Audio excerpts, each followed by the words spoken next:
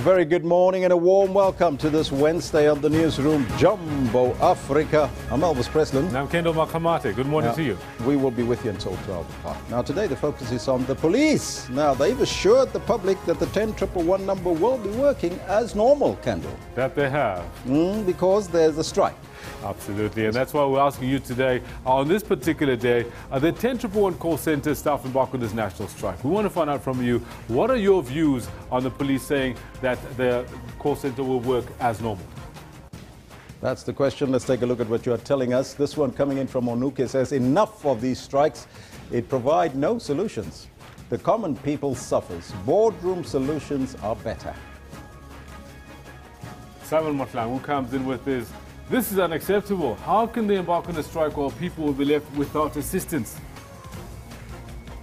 Colin says police employees under the Public Service Act are the lowest paid compared to others in government. I understand their frustration. Those are some of your comments. Please keep them coming. We'll read them as we continue. But we're doing two polls today. The one is for the first hour, the second for the second hour. But the first poll looks at the Minister of Mineral Resources, Mosebenzi Zwane, who will not implement the new mining charter, pending the judgment, of course, of that urgent interdict by the Chamber of Mines. Exactly, and that's why we'd like to find out from you. What do you think? Is the suspension of the implementation of the mining charter justified? There it is, 81 votes in thus far, 52% of you saying the suspension of the implementation of the mining charter is justified. And 48% are saying no, Kendall. Very close, very interesting what the comments are. Jamila comes in with, appears to me that when a problem occurs between a mining worker and a mining manager, trade unions and protests come into play. Now the second poll, we're focusing on government that proposed to drop the pass rate for grades 7 to 9. And the question we pose to you on this poll, Kendall. Yeah, it's exactly this. The government proposes dropping this pass rate for grades 7 to 9. We want to find out from you. Do you A, agree, or B, disagree? Very interesting what we're looking at here, Elvis. 80% almost saying they disagree with this. But there's a 20% that say they agree that the pass rate needs to be dropped. Now that's absolutely shocking. Now can you imagine that if we don't have maths for our children and they can't count? Where we go? Well, that's an issue we'll discuss a little bit later. But we're also looking at the sports question. The Protea Queens didn't do so well yesterday. They did extremely well, Elvis. I beg to disagree. Yes, they lost their match. Yes, on paper they didn't do well, but you know what, in spirit they absolutely did. They took England to the brink, almost got themselves into the final at the ICC Women's World Cup. And we want to find out from you, what do you think about their performances? Are the Queen Proteas a diamond in the rough? You remember that song, A Diamond in the Rough? Let's find out if they are. Let us know what's on your mind on the Twitter handle as well as on the Facebook page. But right now, let's take a look at your news headlines.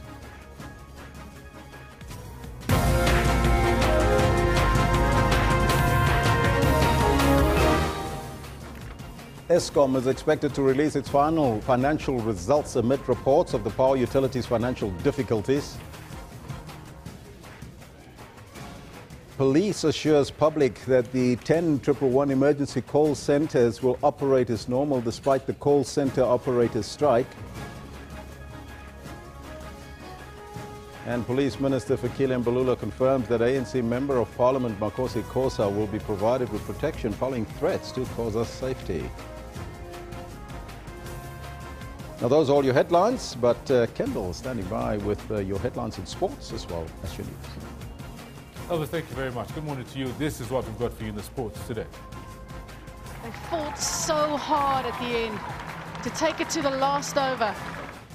The Queen Proteas lose the World Cup semi-final to England by 2 wickets with just 2 balls remaining in a thrilling end to their campaign. South Africa, though not disgraced here in this semi-final at Bristol.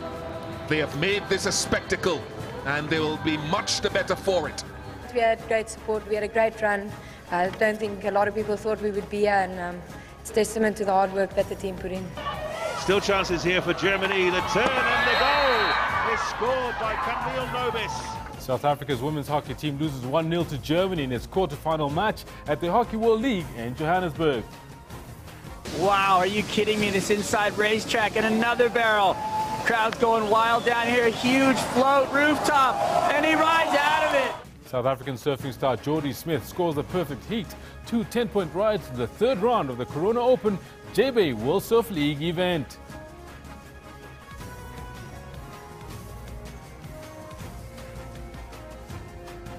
course, all of this in more detail I'll have for you around about 10:40. But for now, let's start with our top stories for the day. Eskom will release its financial results today. This follows the announcement of a new investigation into the embattled power utility. Now, speaking at an energy conference in Sandton yesterday, Public Enterprises Minister Lynn Brown announced that she had asked the new interim Eskom board to conduct short-term investigations and report back to her with recommendations. Eskom was forced to deny that it was facing bankruptcy at the weekend after media reports suggested it would be unable to pay salaries by November. The power utility has also been hit by the damaging scandal of a former CEO, Brian Molefe. It has come under scrutiny recently after leaked documents put it at the center of allegations of improper dealings in government contracts with the Gupta family. And police say they've made contingency plans to ensure the 10111 service remains operational. This as the strike by call center workers manning the police emergency phone line starts today. Police union SAPU reached a deadlock with the employer over wage talks. They embarked on industrial action, saying its members were among the lowest paid call center workers. SAPU says the strike is protected, but the employer will apply the no work, no pay rule. It's unclear how the strike will impact on the 24-hour crime reporting call center, which is used by members of the public to report emergencies, crime and other complaints. Police Minister Fikile Mbalula has confirmed that ANC Member of Parliament Makosi Khoza will be provided with protection. This after a police assessment confirmed a threat to Khoza's safety. Khoza earlier posted death threats against her on her Facebook account. This follows persistent death threats since Khoza publicly voiced her displeasure about the ANC leadership and her support for a secret vote on the proposed vote of no confidence against President Jacob Zuma. Parliament announced that the security assessment on Khoza confirmed that a security threat existed and that appropriate support must be provided to her. As we are talking now, arrangements as well as resources are being determined, are being coordinated to ensure that she received an appropriate security support. And she will be advised accordingly with regard to the arrangement that they have been made. Parliament could not divulge full details of her security, but it again condemned threats against her. Parliament continues to be concerned by the threats that this member of Parliament is receiving, and we are condemning them in the strongest terms. We are urging the police to do whatever it is necessary to ensure that the culprits are apprehended and are made to face the full might of the law.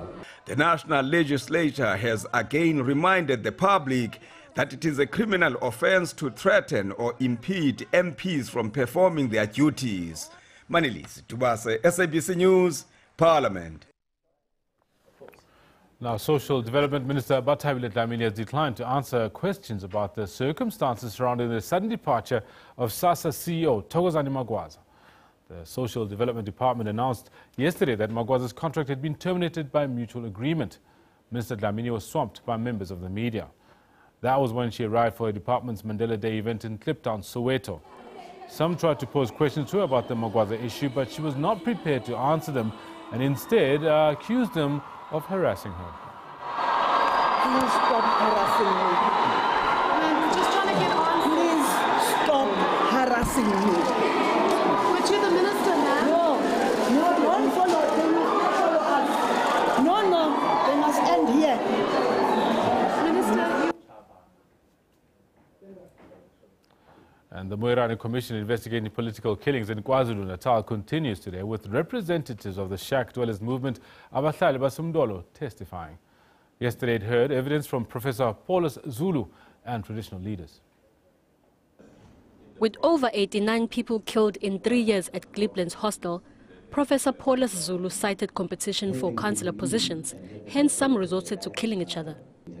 Zulu suggested that some educational qualifications be set for all those running for political positions.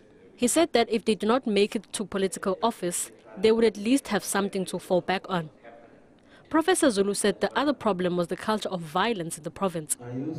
There seems to be a culture of eliminating the competitor.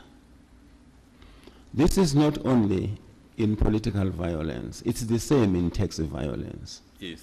It's also the same in other competitive engagements. Traditional leadership believes a cleansing ceremony is the solution. We strongly believe that before democracy, parties that were involved in infighting had to undergo a cleansing ceremony. Their top leadership should have considered the ceremony and making peace before moving into democracy. Because if that's not done, the killings carries on to the next generation, as it is happening right now. The Morane Commission was set up by the Premier Willem Mchunu to probe political killings in KwaZulu-Natal. Sibonga Konkambata, SABC News, Durban. Now we will be speaking to political analyst Lukhona Mnguni of the University of KwaZulu-Natal about the Morane Commission later in the show. In other news, Transport Minister Joe Maswanganyi will today meet with his police counterpart Fikile Mbalula to discuss security concerns in the public transport sector. Metered taxi drivers have been protesting in Sandton, north of Johannesburg, over the operations of Uber taxis. They've also been accused of harassing and attacking Uber drivers. An Uber taxi driver died on Monday after his vehicle was burnt last month. Maswanganyi says they will amend the law to legalize Uber taxis as they are currently operating illegally. And the disciplinary hearing of suspended SABC CEO James Aguma will continue today. This after his lawyer failed to have it stopped. The hearing started in Sandton, north of Johannesburg, yesterday morning. Aguma is facing 5 charges, including the breach of employment contract, dishonesty, and abuse of authority. His lawyer, Osborne Mulatudi, told the DC chairperson, Taki Madima, that they intended to make an urgent Labour Court application questioning the legality of the hearing. But Madima refused to allow a postponement, saying the hearing would proceed unless the Labour Court intervened.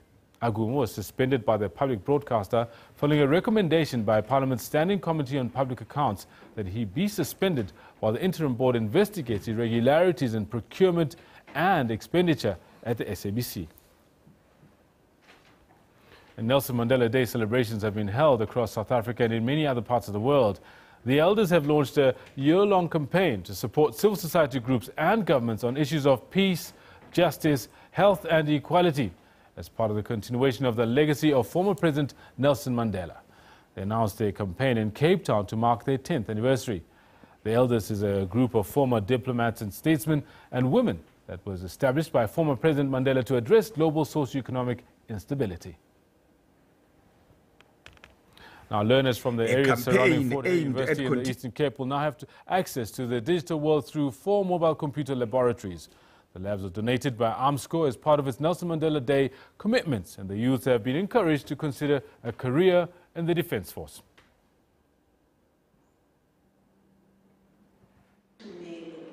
The mobile computer labs are equipped with the latest technologies to assist with science, engineering and mathematics. Learners have also been encouraged to take mathematics as a major subject, as most careers in the army requires it. They're going to help because you're going to see what we are doing, what we are talking about and learning about in textbooks. Our marks are going to increase because we are going to do more experiments, like the schools who have science labs. The total value of the partnership between Armscor and Fort Hare amounts to 7 million rands. It will also yield bursaries for students and other academic support programs. South Africa is a very key global player. We command a lot of influence in almost all spheres of life, particularly in the continent here.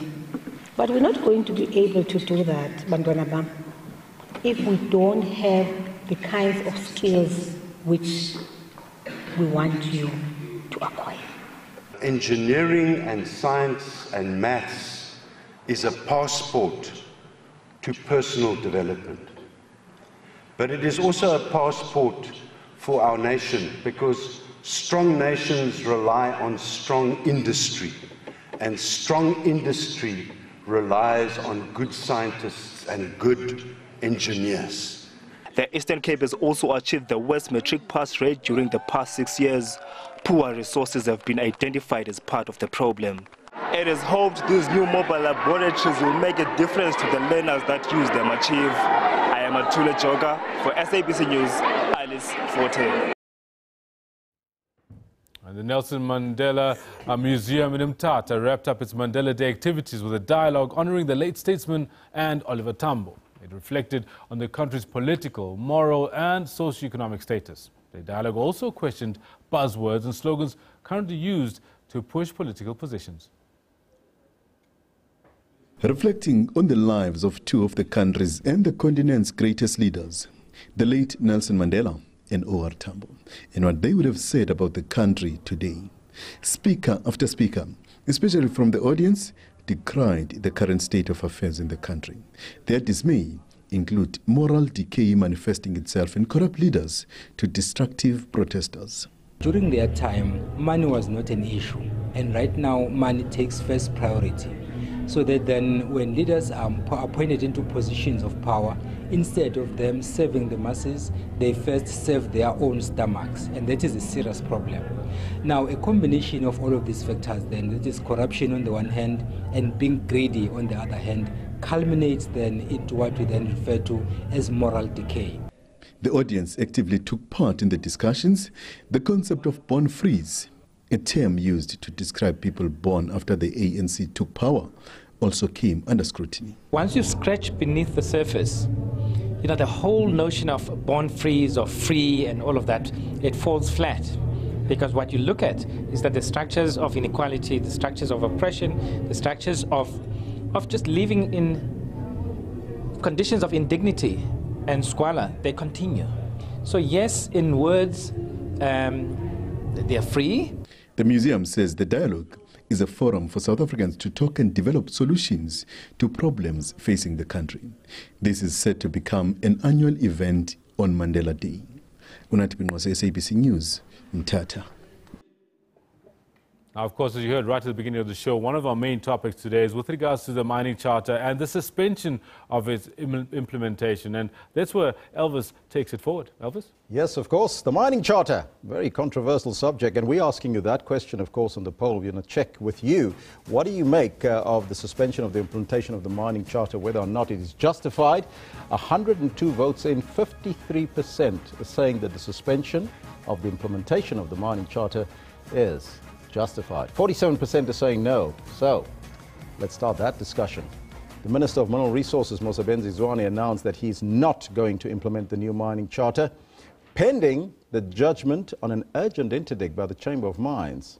The Chamber wants to prevent the charter from being enforced before its court application to have the latest version, which was published on June the 15th, reviewed and set aside before that is heard. Now, for more on this, we're joined by the Chamber of Mines Senior Executive, Public Affairs and Transformation, Tabelo Chabana. Mr. Chabana, very good morning to you and welcome. Good morning to you, Elvis, and your listeners.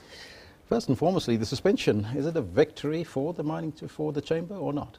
I would call it temporary reprieve. I mean, remember, we lodged our papers, I think it was the 26th of June. It was the minister's team that approached us and said they needed more time to file their responding affidavit, and in return, essentially, they'd suspend the charter. So it's more of a temporary reprieve, but I think it's a step in the right direction because, as you know, we think that this charter is seriously flawed and should be set aside. What is the flaws that you've identified within the charter? There are quite a few. I mean, it's initially firstly relating to the process of how the charter essentially came into being. It was done unilaterally by the minister, published a draft unilaterally, and then essentially he had certainly some engagements, but we think certainly not proper consultation with the industry, not sufficient consultation with the industry, and then he went and published his document on the 15th of June. And you've seen already the damage that this mining charter has already done. I mean, the industry at that stage, within certainly a week, had lost about 51 billion in terms of value. So this charter has been hugely detrimental to the industry. And it's going to be something that's going to add costs onto an already struggling industry. I mean, you might know the stats that in the last 5 years or so, we've lost 70,000 jobs in the mining sector. So, and that has accelerated over the last 2 years. So this is an industry in crisis that needs proper relief and thinking, not added costs. I mean, when you look at the actual document itself, I mean, a lot of people have noticed that it's flawed. The ANC itself has not supported this document. Communities have come out and basically said this document is not something that they can support. Even other trade unions have. Certainly some of the progressive trade unions have also said this is not a good charter, and the industry and also investors. So there's from a multitude of stakeholders, people have noticed that this document is flawed. If you look at the percentage, for instance, that's meant to go to communities, this 8%, it doesn't go to communities. It goes to a minister's trust, a trust which is going to be controlled by the minister. In this day and age, that is absolutely wrong. I mean, what it also proposes, it proposes essentially taking away 40% of the monies that we use for skills development for employees. They want to take that away. That's going to set the industry back. I mean, the industry is the largest funder, second to government, of tertiary education. I mean, I think at the moment we've probably got about 7,000 students on the books. But I mean, we fund more tertiary students than any other sector of the economy. We fund the institutions themselves, and we supplement the lecture salary so that we can have world-class, engineering institutions, institutions of learning. Yeah. Other elements I can talk. I know it's a whole list, but because at first it was thought that the issue with the mining charter was the consultation process that was not adhered to by the minister. But it seems like there's a lot more that need to be discussed. Are you negotiating then with regards to this with the minister? No, we're not negotiating at this moment. As we said, this document is seriously flawed. It has to be set aside. So our primary objective is to get the setting aside, certainly through interdict, to be certainly a lot more permanent, and then we can actually then take it review. So we've got 3 court actions. As you know, the one is this interdict. We're going to court around about mid-September. The DMR is going to respond at the end of this month with a replying affidavit, and then we go to court mid-September. And then we've got the actual review application, which certainly will be coming in within a month or so. And then the 3rd action relates to the ownership. Remember some people call once empowered. No, it relates to previous transactions. Okay. That's the big issue. And that's been set down for court for the 9th and 10th of November. So those are the 3 actions that we are proceeding with. Now, the National Union of Mine Workers says that the actions by the Chamber of Mines to challenge the mining charter has attacked the transformation process in the mining industry. Do you concur with their statement? Not at all. I mean, what we're attacking is a flawed document. The mining industry will continue to transform. And look, the industry is not waiting for a charter to tell it what to do. Look at the recent transaction, the Seriti Resources transaction. We're talking about a 79% BE transaction. So people can't say that the mining industry is just there for compliance. So transformation continues in the mining sector. We've got the mining charter too that can still provide that guidance. But really, this flawed document is not going to work for the industry. Now, you know that we are going to speak to the NUM a little bit later. I'm going to ask you after our interview to hang on a little bit. Maybe you can comment after that particular interview. But are you fearing perhaps that the charter will lead to job losses that we've already currently seen? You mentioned 75,000 jobs already lost. Certainly. I mean, that is our biggest concern. I mean, I think the Chamber's estimated that it could be essentially close to about 100,000 jobs that will be lost as a result of the mining charter. Because, I mean, if you look at the intermediate costs, certainly I think in the last period, rising by about 12%, the costs in the mining sector are rising. So you don't want a charter that's going to slap on more layers of cost for the mining industry. So it's an absolute disaster. Job losses is one, but also investment from foreign companies and foreign direct investment will be definitely affected by this. How do you see this play out in the long run? I mean, just look at what's happened in the short term. It's already had a devastating effect. Investors are reading this document, seeing it for what it is, and saying, no, South Africa is uninvestable. So it's absolutely crucial that this document is not on the table. So we've already seen that damage, and that damage is actually going to continue, unfortunately, if we don't get this charter off the table. Now, we are running that poll. You've seen the numbers, and we're asking whether or not this is justified.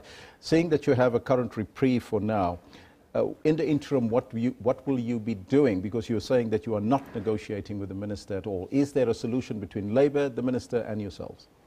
The solution at the moment, I think, will be sought through the courts.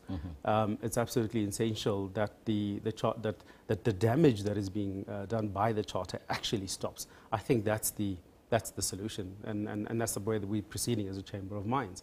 And the next step is to actually have it set aside. So that's essentially the direction we're going. Mr. Jabana, thank you so much for your time and joining us here. I'm going to ask you to stay for a little while. We're going to have that discussion with NUM, and of course you can comment thereafter. That was the Chamber of Mines Senior Executive Public Affairs and Transformation, Tabelo Jabana, in studio with us. But we have other things to look at, and that's of course social media. What's happening on Twitter? We start off with the police call center staff strike, which begins today. With the sentiment on Twitter is that this is more amusing than alarming. Letzi says, I doubt anyone will notice that 10,111 call center workers are on strike.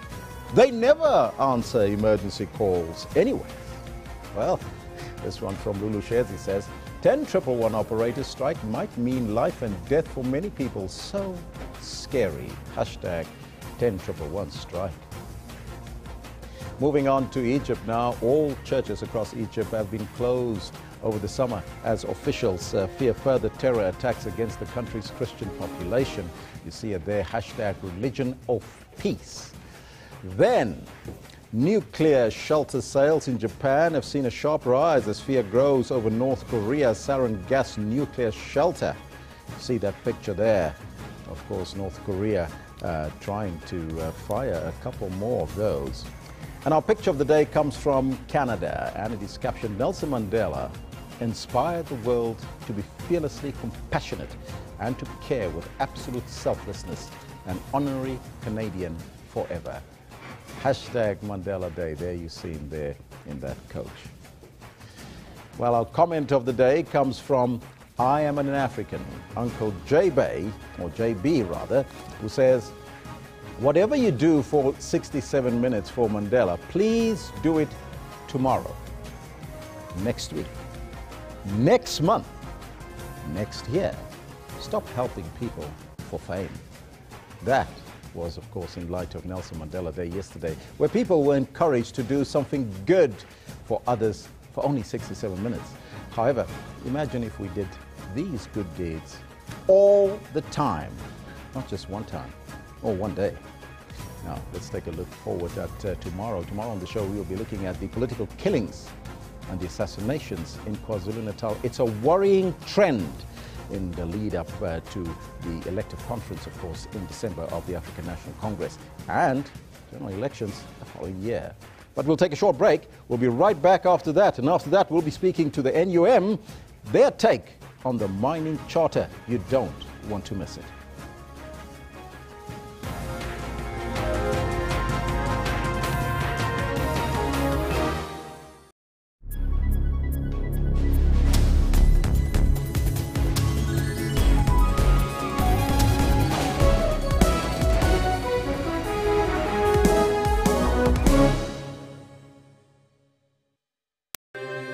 What guides us?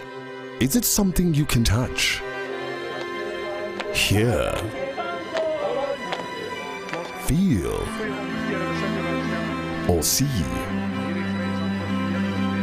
What leads us onto greater experiences? Is it leaders on a soapbox, spouting rhetoric for the crowd? The advice of our elders? Or is it the actions of our people? The strength of our beliefs? Or the voices of our citizens? Your country is guided by the voices of its people, and your broadcaster is dependent on your voice to guide it. Get your copy of the SABC's editorial policy and have your say.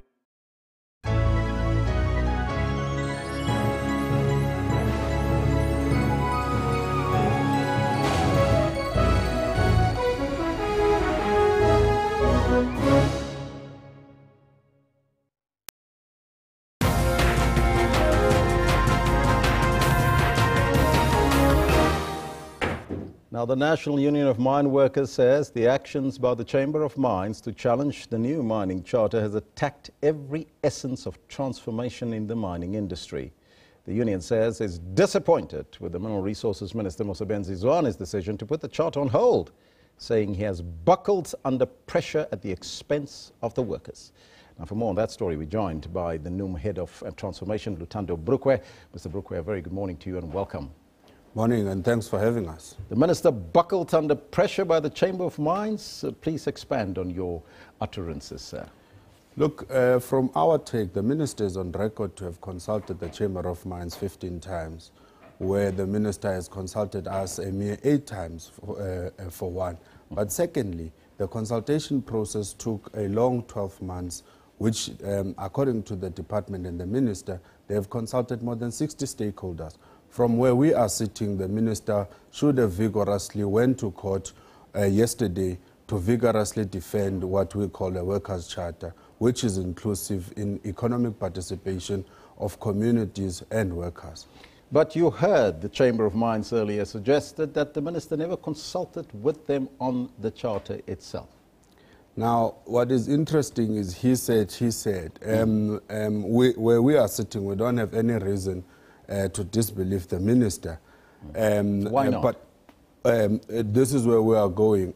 After the first gazetted draft, for example, one of the critical issues is the once empowered, always empowered aspects.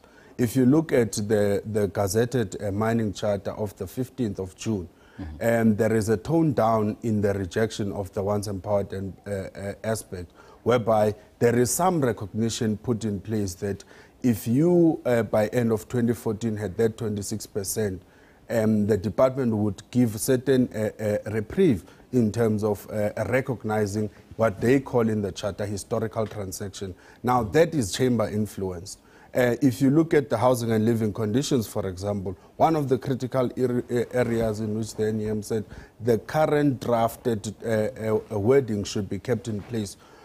We think and we believe that the Chamber of Mines influenced what we call the downtoning of that particular element. So there are aspects in which we believe the Chamber of Mines was influential in influencing the document. But what is important is the fact that we must understand in a multi-stakeholder negotiated document, there will be a wins for some, there will be a lose for some. For example, from the NUM's perspective, we wanted 10% for employee share ownership scheme. The charter comes up with 8%. Now, those are issues that one should understand. In such an environment, you're not going to get everything. Are you then suggesting that the Chamber don't want to lose and that the workers should lose all the time? I think, hence, we reinforce our long-held view that the Chamber is not only not want to lose or be dominant in terms of the views, but the Chamber is anti-transformation. We are saying this because 2015, when the Department of Mineral Resources released its mining charter assessment report, the Chamber on the very same day released a parallel report. Now, we know the state is the custodian of mineral resources and the Department of Mineral Resources is entrusted with that particular role. Why did the Chamber of Mines release its parallel report and not abide by the Chamber of Mines when we were all in various consultation meetings in finalizing those particular reports? So these are things and trends that we are saying the Chamber of Mines is anti-transformation, and this attack and court action is not only against the Minister and the government, but against South Africans, especially communities and workers who stand to benefit from this particular document. The Chamber is relieved, but you are not relieved from the workers' perspective. But how will this postponement of the Charter affect the workers on grassroots level? What is important is that from the gazetting of the Charter on the 15th of June, there was a 12-month transitional period which was put through for all companies to top up from an ownership perspective. Throughout the industry, there are very few or now companies who have 8% ownership in the hands of employees or communities. Now, that particular top-up is imperative.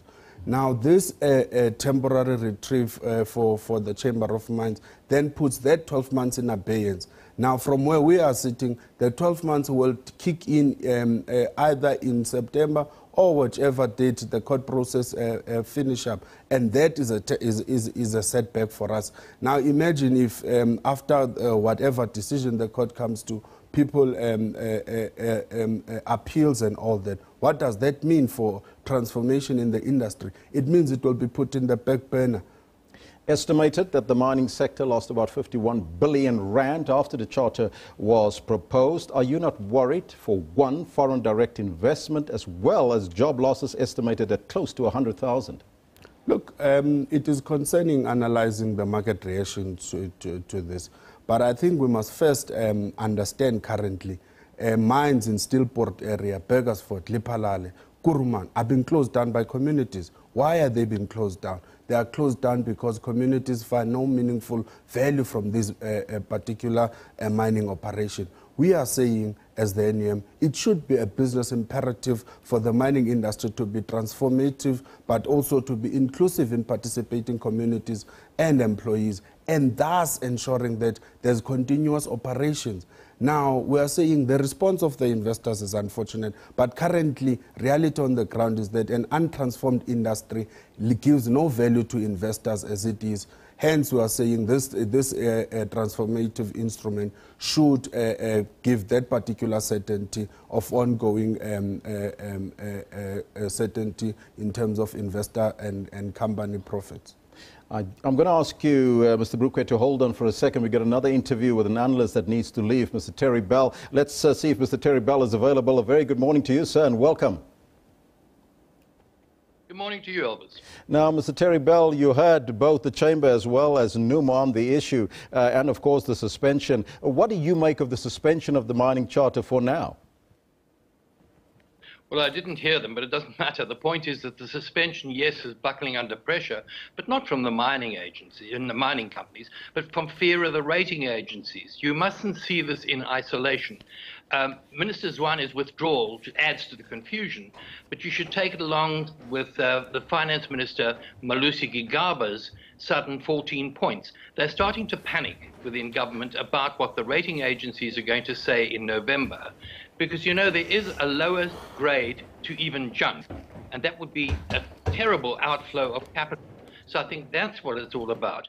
The mining charter itself, I think, unfortunately, the National Union of Mine Workers, NUM got suckered in by a bit of bait that was dangled to them. But in fact, the way the charter was worded, I mean, the trust, the money wouldn't go to the workers, it goes to a trust controlled by the minister, who, and let's face it, has a rather controversial background. And also you have the definition of black. I mean, you have a situation here where it specifically stated that this included naturalized South Africans, for which many critics said, well, yes, this would be the Gupta family. Yes, this may or may not be so. However, to conflate class with color continually, the level of melanin in a boss or a worker doesn't determine whether they're good or bad, and they have different interests. So it is an extremely worrying thing that you find members within the union movement, the labor movement, falling for forgetting about class and playing with color. Now, Mr. Bell, I've asked the question to our guest this morning, but how do you think will the mining charter affect workers on the ground? Well, the workers on the ground actually deserve to have a share of the equity, to have a share of the profits that have been made. Vast profits have been made. Let's face facts. And the point is the workers have been exploited all the way until 1973. In fact, workers were earning less than they earned half a century earlier. It's appalling, the situation within the mining industry, and has been allowed to go on for decades and into the post-1994 situation as well. The mining charter, as I saw it, was arbitrary, prescriptive, with worrying clauses. It wasn't properly thought out, and I don't think it would, in the long term, have benefited the workers at all. It would have, again, gone back to benefit the same wealthy suspects that we're getting used to. How different are the views among Labour? Because as much as NUM may not be pleased, others within the Labour umbrella agree with them. Well, the point is, you see, that we definitely do need a charter. We do need something to be changed within the mining industry. We do need transformation throughout the country. We need, for example, we still have the same spatial nonsense, the geography of apartheid, which is being perpetuated, particularly within mining towns and the mining industry. Why have not the mining companies, for example, who are committed to building houses, etc., for their workers, why not build integrated, proper suburbs in the mining areas? They've never done it. That's the sort of thing we should be fighting for, and the sort of thing we should be supporting, rather than grabbing at little bits and pieces that are badly phrased, badly thought through. That's unfortunately the case, again, with this ad hoc mining charter. We need the workers to be involved. We need the workers, yes, to have a better share. We also need to look into the whole future of the mining industry and the way it has been run up to now and over the last particularly decade and 20 years. Now that the charter has been suspended, should the state, or the stakeholders rather, go back to the negotiating table? Or how should the standoff between the Minister, Labour and the Chamber be resolved? Your thoughts on that?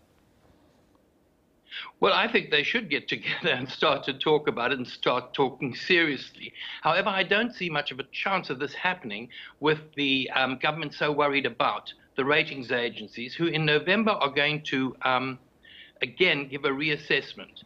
Now, if their reassessment takes, and there are levels below junk status for our national debt, our sovereign debt, and if that had to happen, if they had to downgrade us once more, I think you'd see an outflow of perhaps as much as 200 billion rand just for the touch of a computer key.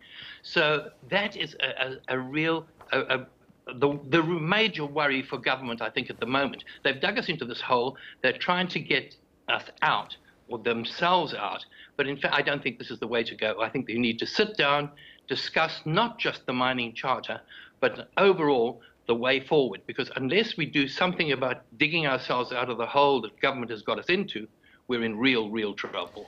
Mr. Terry Bell, thank you so much for your time and joining us via Skype. Now, we're going to continue with this discussion just after the break, but we're going to take a look at newspapers from around the globe. My guest this morning is the NUM Head of Transformation, Lutando Brukwe, and Mr. Tabelo Chabana. He is Public Affairs and Transformation Senior Executive at the Chamber of Mines. You don't want to miss it. But let's now go to the newspapers from around the globe, and we start off in New York. In the Big Apple, the Financial Times there reports that Goldman Sachs has suffered its worst ever quarter in commodities, leaving the bank's overall fixed income division with a 40% collapse in revenue and putting it on course to dramatically underperform its Wall Street rivals for the second quarter in a row. Moving to Australia now, the Australian says that foreign-born Australian politicians have rushed to reaffirm their rights to sit in the federal parliament after an unprecedented political fiasco that saw Larissa Waters become the latest Greens co-deputy leader, forced to resign for failing to observe a basic requirement in the Constitution. They must show their true blue colors. That's the headline there. And finally, in China, the South China Morning Post reports that only 2 private hospitals so far are looking to accept flu patients transferred from public hospitals under a government plan to tackle an influx of sick people that has overwhelmed Hong Kong's subsidized healthcare services during the peak summer season. Those are all the newspapers from around the globe. When we return, we continue our discussion with our guest here in studio on the charter, the mining charter, that is.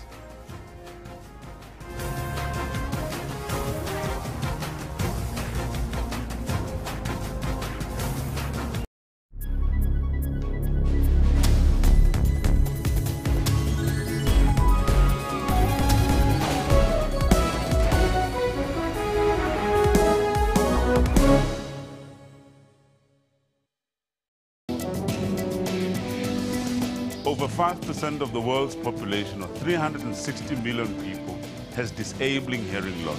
Sometimes babies are born that can't hear. Yeah. And especially during the pregnancy, where there's some infections that a mom could pick up that can actually transmit that damage to the ear, and those children can be born deaf. I don't look at myself as a disabled person. I looked at myself as Bruno, not with a disability. I don't have barriers. I use South African Sign Language because I have a language. And unfortunately, we need to talk to the teenagers and the young people out there. I know it's now fine to go to the concerts and listen to that loud music, but you're actually damaging those little hair cells all the time. And you're not going to pay the price now. You're going to pay the price when you turn 45, 50. And then all of a sudden, we're going to see the damage done. For all your health news, join Health Talk every Saturday from 9 to 10.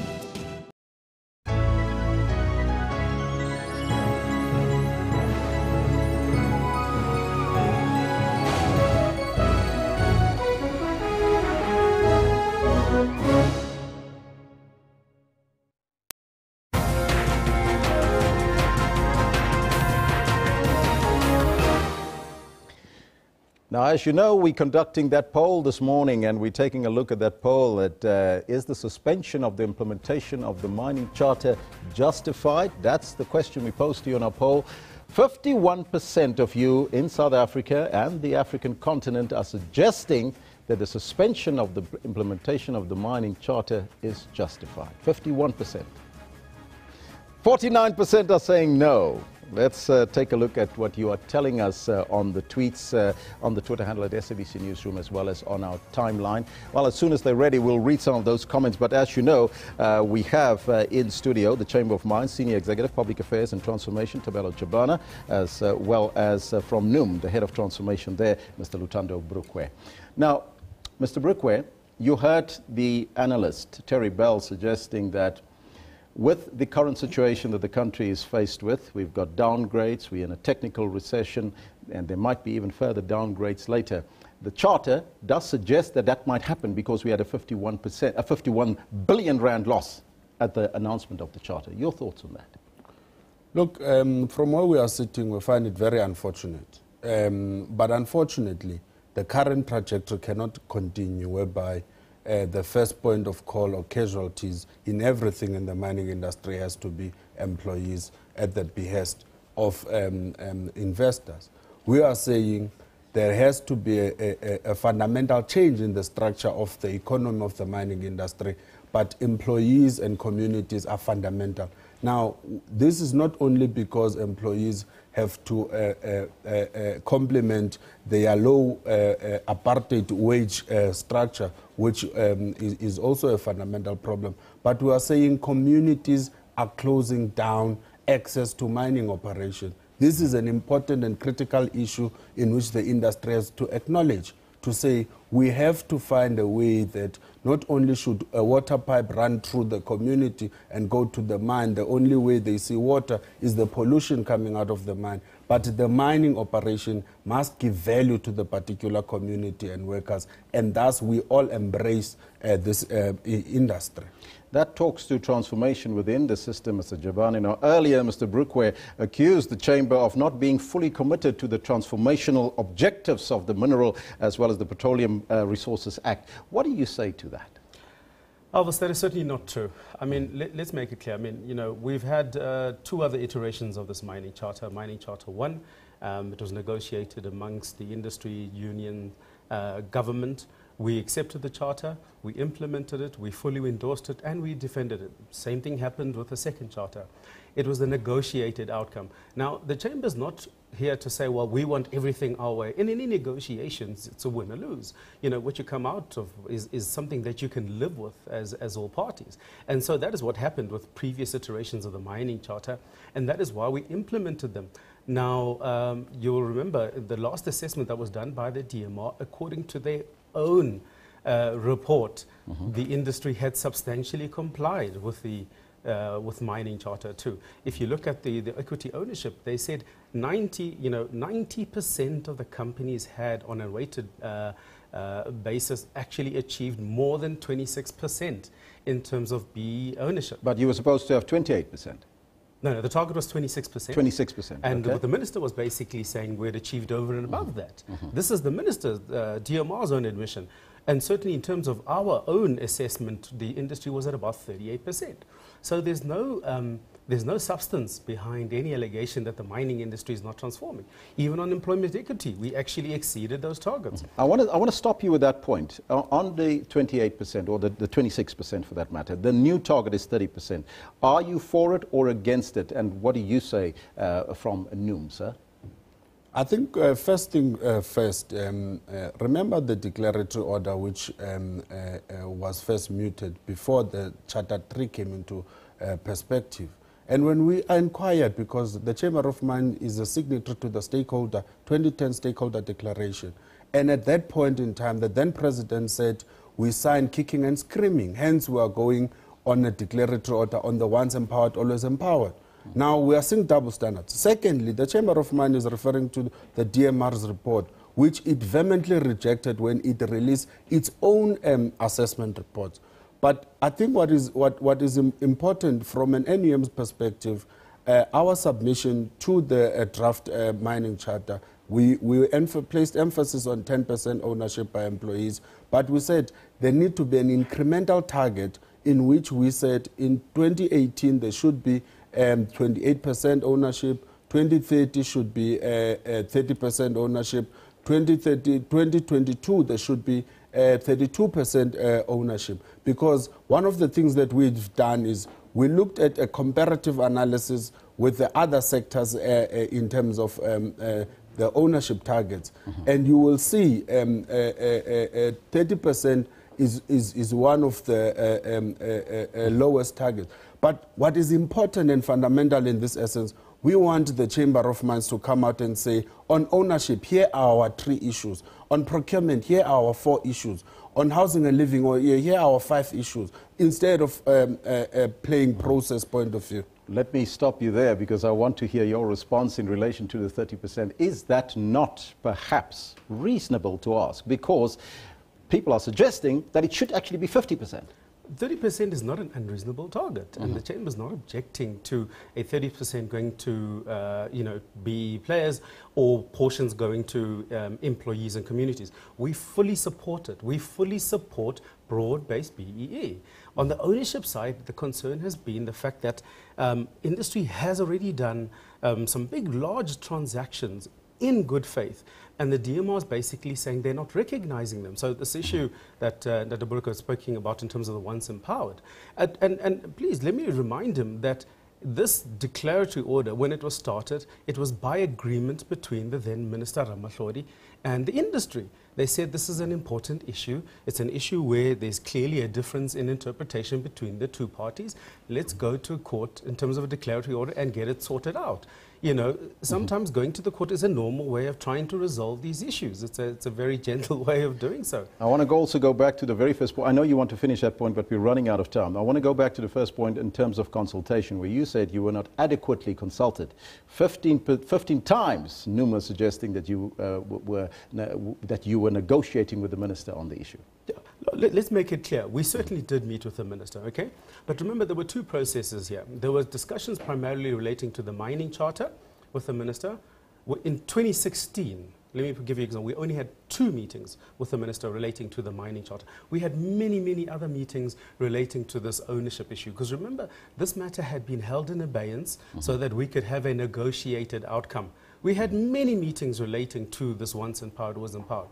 So the minister was focusing a lot of his attention relating to that. In terms of the mining charter, also now in 2017, we had some more meetings, but nowhere near enough.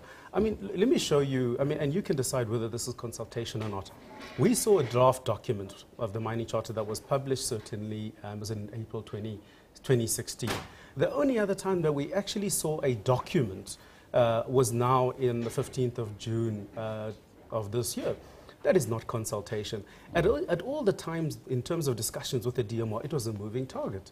And so the document that we're seeing now is totally different to what we even discussed. A lot of the elements were not even discussed with us. That is not consultation. We can talk about this issue the entire day, but I just want to go back to a final point. We're completely out of time. The new charter also makes abeyance for naturalized individuals. Some are suggesting that NUM is suggesting that naturalized persons like the Guptas will benefit from this charter. Your thoughts on that, sir?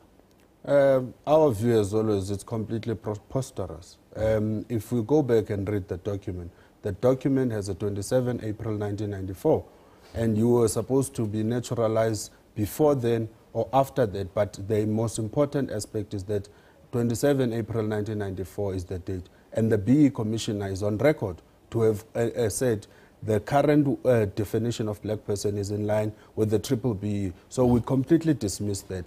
And from an NUM perspective, we would be completely against any hijacking of a definition of black person. Hence, we encourage the current definition of black persons.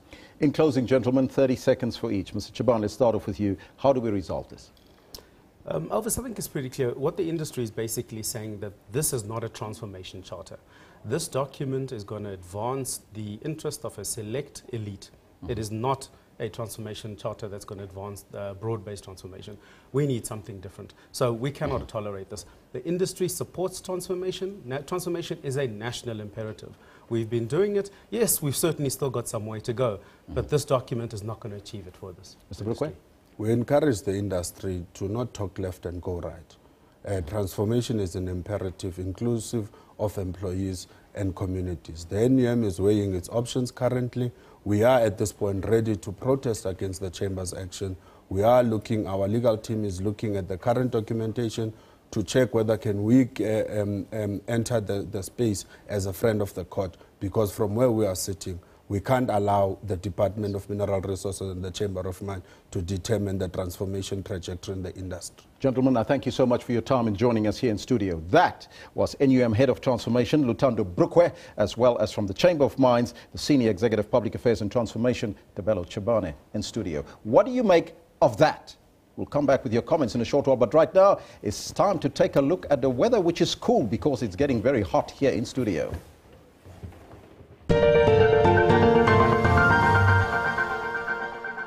Thank you very much, and good morning. Let's see what's going to happen for the rest of the day.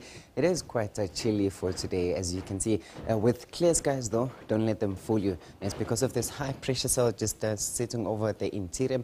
It's actually bulging from the coastal areas, intruding in towards the interior. Otherwise, only expecting cloudy weather for the low veld and mainly the extreme eastern parts, with places surrounding Cape Town, including Cape Hermanus, Cape Agalas, with only partly cloudy weather for today. Otherwise, clear skies through to Zambia and southern parts of the DRC for today. And tomorrow, we're still expecting that high pressure to still persist over the central parts of the country.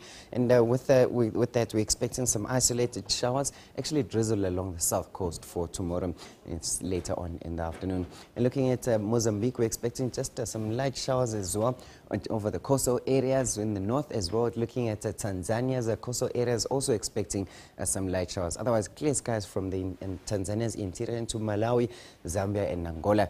Most of the rain has moved north. Now, your temperatures, there's chilly temperatures for later on this evening. Actually, this afternoon, 18 is expected for Dar, with Komani at 21. It's very cool over the southern part of the country. You're seeing Sutherland peaking only at 17 degrees, with Cape Town also at 17 degrees. PE peaks at 21, and along the eastern coastline, 22 is your maximum if you're in Bombela and in Durban. Expecting clear skies over most of the interior.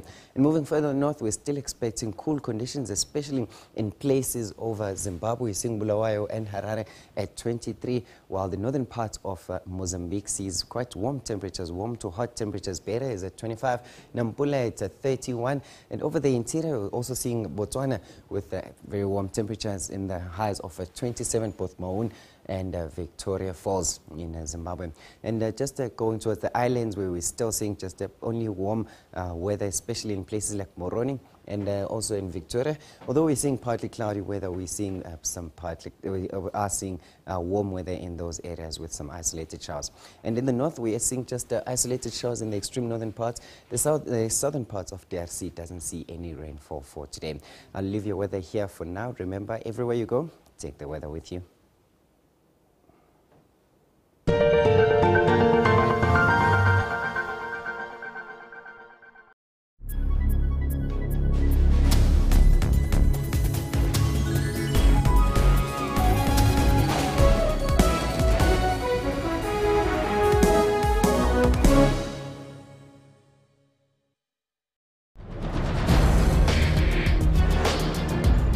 We live with this threat of violence. This is a strange and weird thing, if you come to think of it. So we don't live in a society, which is where the question is. We want to live in a society where we trust that we will not be violated. A man abducted her from a taxi rank in Baragwane. He would have taken me and killed me. He would have shot me while I was running, you know. But none of those things happened. And, you know, even if I didn't believe in God, like, this is a real miracle. How does the police unit of family violence follow new crime trends? Station crime intelligence will from time to time present the crime pattern analysis and the crime threat analysis. We respond to those. For all investigative insights, stay tuned to Special Assignment every Saturday at 17:30. What guides us? What leads us forward? Is it the advice of our elders? Is it the actions of our people? Or the voices of our citizens? Your country is guided by the voices of its people, and your broadcaster is dependent on your voice to guide it. Get your copy of the SABC's editorial policy and have your say.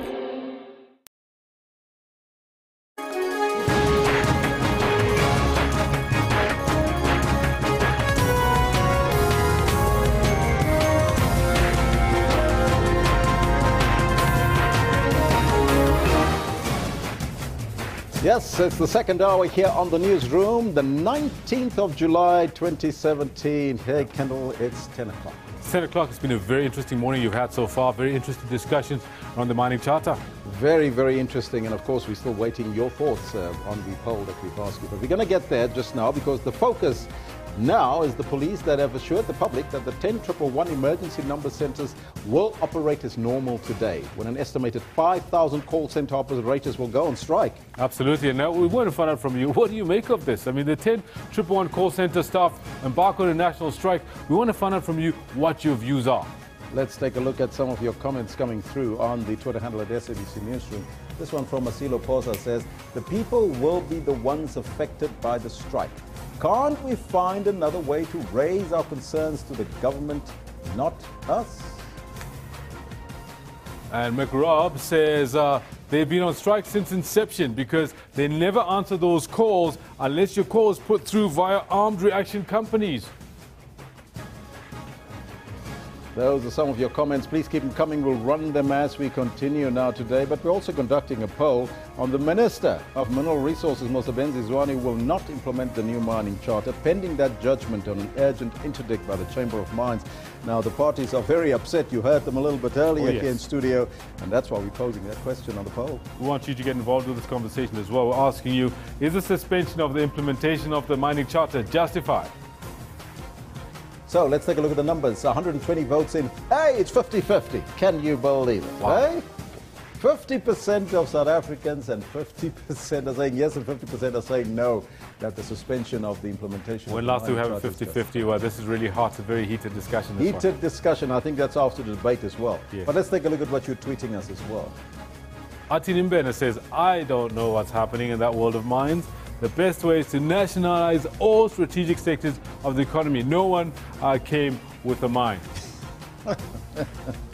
Well, Jamila van der Schuif says, it appears to me that when a problem occurs between a mining worker and a mining manager, the trade unions and protests come into play. Those are some of your comments on that score, but we're also conducting a poll now in the second hour on government that proposed to drop the pass rate for grade 7 to 9. We want to find out from you, do you agree or you disagree? Very interesting that we still have some people that agree with this. 18% of the 190 votes are saying yes, they agree that the government dropped the pass rate for grade 7 to 9. However, hearteningly enough, 82% disagree with this. Imagine you have a doctor or perhaps a physician working on you, and he's only got 40% of the knowledge that he's supposed to. And he got 30% pass. He passed with 30%. Mystic Man says, how dare this government can be willing to compromise the basic education to this level? Cho, I give up. Someone take me to the Republic of Rhodesia. Wow, dire straits, aren't we? Lihle Dungayezi says, pass rate. Why not equipping and employing as many skilled and qualified teachers? Our pass rate is already low. That's a very valid question in terms of getting teachers that are qualified. Yes. Because we had a serious problem with that. But we'll speak to the stakeholders around that a little bit later. Yeah. But after losing England to England in the Women's Cricket World Cup semi-finals, there's another question that we pose to you, Kendall, because the Queen Proteas did well. Yes, they did. We've got a couple of reactions from them as well, but we want to find out from you, are the Queen Proteas a diamond in the rough? This one from Nazim says, I believe in them. They are the real diamonds.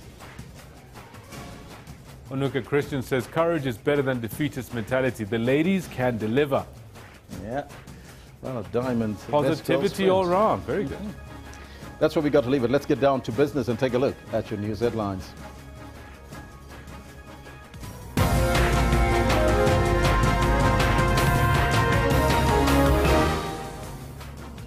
All eyes on the Social Development Minister, Bathabile Dlamini, to see whether she will announce a new SASSA CEO following the sudden termination of Thokozani Magwaza's employment.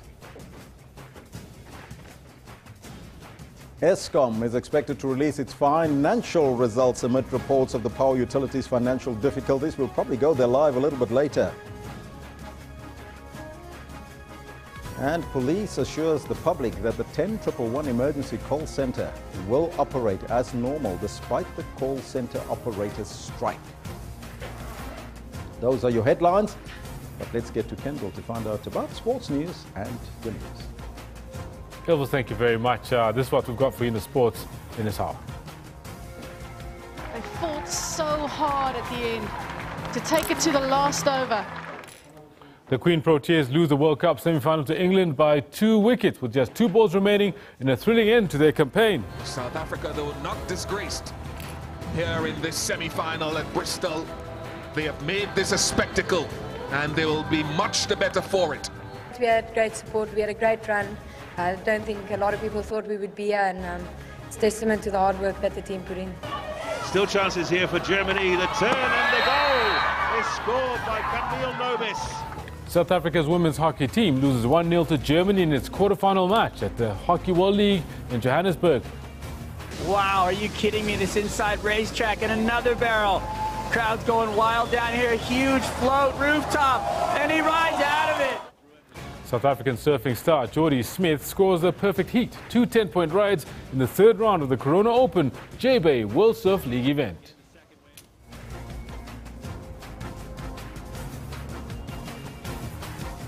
All this in more detail we'll have for you at about 10:40 or so. Now to our top stories for this hour.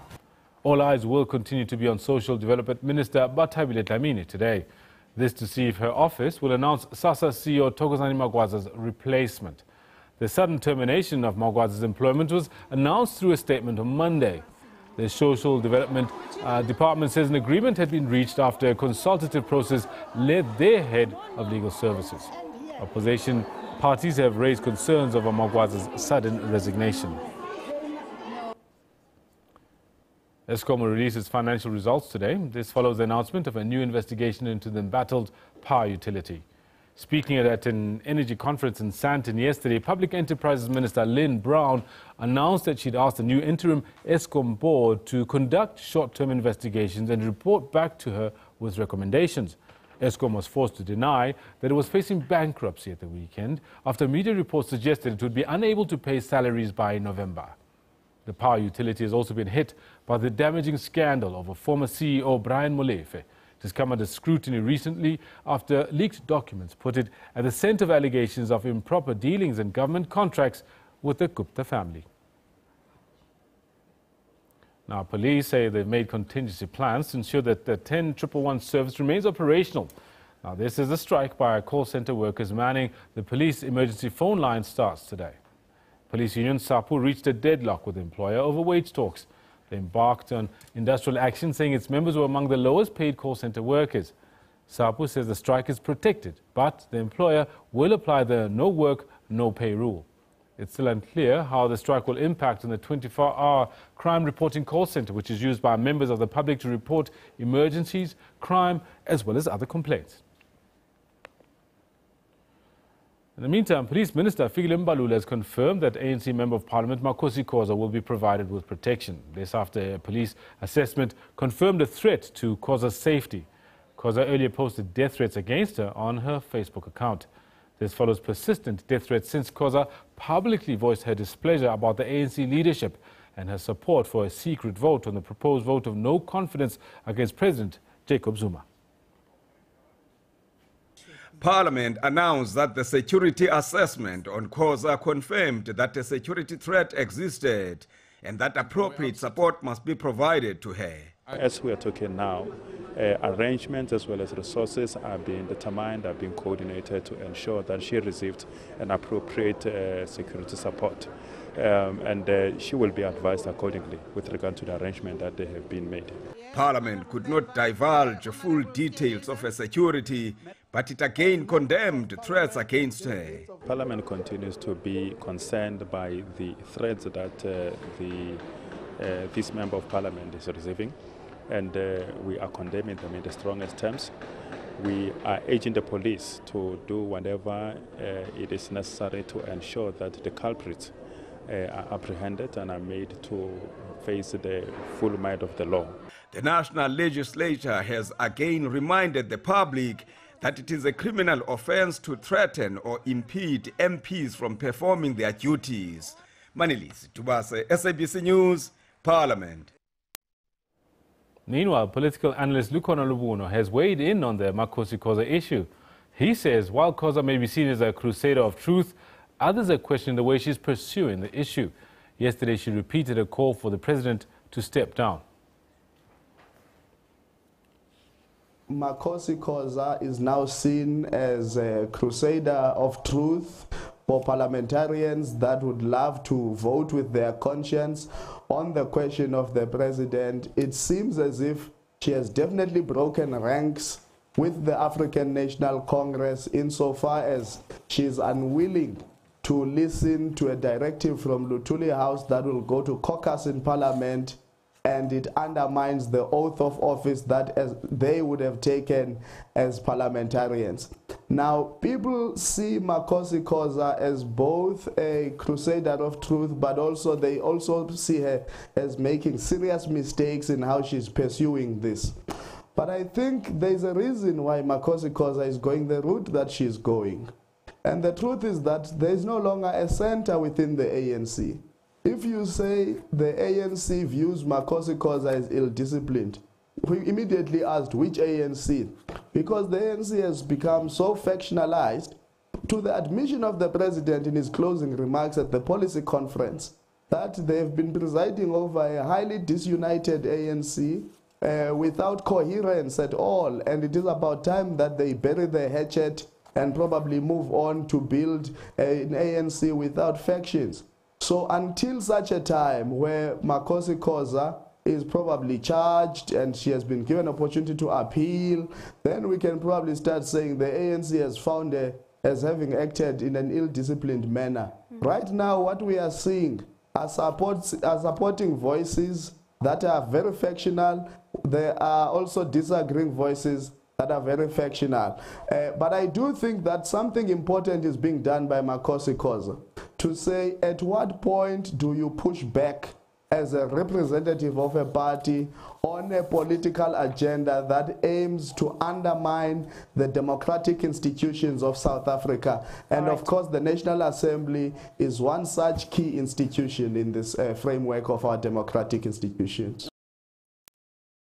Other stories making headlines. Transport Minister Joe Maswangani will today meet with his police counterpart Fikile Mbalula to discuss security concerns in the public transport sector. Metered taxi drivers have been protesting in Sandton, north of Johannesburg, over the operations of Uber taxis. They've been accused also of harassing and attacking Uber drivers. An Uber taxi driver died on Monday after his vehicle was burnt last month. Maswangani says they will amend the law to legalize Uber taxis as they're currently operating illegally. And in news closer to home, the disciplinary hearing of suspended SABC CEO James Aguma will continue today. This after his lawyer failed to have it stopped. The hearing started in Sandton, north of Johannesburg, yesterday morning. Aguma is facing 5 charges, including breach of employment contract, dishonesty, and abuse of authority. His lawyer, Osborne Mulatudi, told the DC chairperson, Taki Madima, that they intended to make an urgent Labour Court application questioning the legality of the hearing. But Madima refused to allow a postponement, saying the hearing would proceed unless the Labour Court intervened. Aguma was suspended by the public broadcaster following a recommendation by Parliament's Standing Committee on Public Accounts that he be suspended while the interim board investigates irregularities in procurement and expenditure at the SABC. Now, this is where we leave it with the headline news. Over now to Elvis to take us further. Thank you, Kendall. And of course, further afield, in Zambia, Zambian President Edgar Lungu has announced that he will engage with opposition parties with the aim of reducing political tensions in that country. President Lungu made the announcement after meeting the Catholic bishops of Southern Africa. President Lungu has long been criticized for silencing his opposition opponents. Now, opposition leader Hichilema Hakainde is languishing in jail facing treason charges. Our foreign editor, Sophie Mokoena, spoke to the Zambian ambassador, Emmanuel Mwamba. Once a beacon of hope, it was a haven for freedom fighters in the SADC region. In recent times, its human rights record has slipped. This after the current president won the election by a slim margin. The opposition disputed the poll results, but the court ruled in favor of the ruling party. This led to deepening political tensions and the arrest of the opposition leader. If the law is broken in any way, there's no one who's above the law in any country, including Zambia. He is facing treason charges. The Conference of Catholic Bishops held a wonderful meeting with the president just last week on Friday, in which they expressed their concern, in which they advised that there could be need for political dialogue between President Edgar Lungu and the opposition leader, Mr. Hakainde Hichilema. And I am glad to report that in the spirit that we are known for, President Edgar Lungu has said we should have these talks. If there's anything that threatens our peace, that threatens our stability, that threatens the public good that we have, we need to attend to it. And if the talks that have been called by the church are required to take place, President Edgar Lungu has opened himself up. The ambassador has dismissed reports that the president has imposed a state of emergency. We have not declared a state of emergency yet. What has been declared is a proclamation to keep public safety. This is like a stage before the actual state of emergency. So we are not in a state of emergency. Remember, we have a new constitution that is concerned of our past. We also lived under a dictatorship in the past. So it removed any powers regarding things that might threaten individual rights and deposited them with Parliament. It is for this reason that the proclamation by President Edgar Lungu was only valid for 7 days. Beyond 7 days, it required that it goes to Parliament, which Parliament has done and has given a limited of 90-day period. The DA leader Mmusi Maimane was refused entry into Zambia recently. He went to Zambia to attend the case of the Zambian opposition leader. What concerned government was his prior statement before he flew into Zambia. He issued a statement where he said he was going to pressure our courts of law to ensure that Hichilema was released. He said the charges Hichilema was facing were trumped up, that our democracy was eroded and the judiciary was not independent. He came to my office and I encouraged him to say, your next trip, let's plan it together so that we do not face what he faced. Remember, no South African requires a passport to go into our country. We have 35 flights a week, meaning almost 5 flights a day from South Africa into our country. And the huge volume of our people, of this traffic, you've never had an incident like that. So it was unfortunate that it happened in the manner it happened.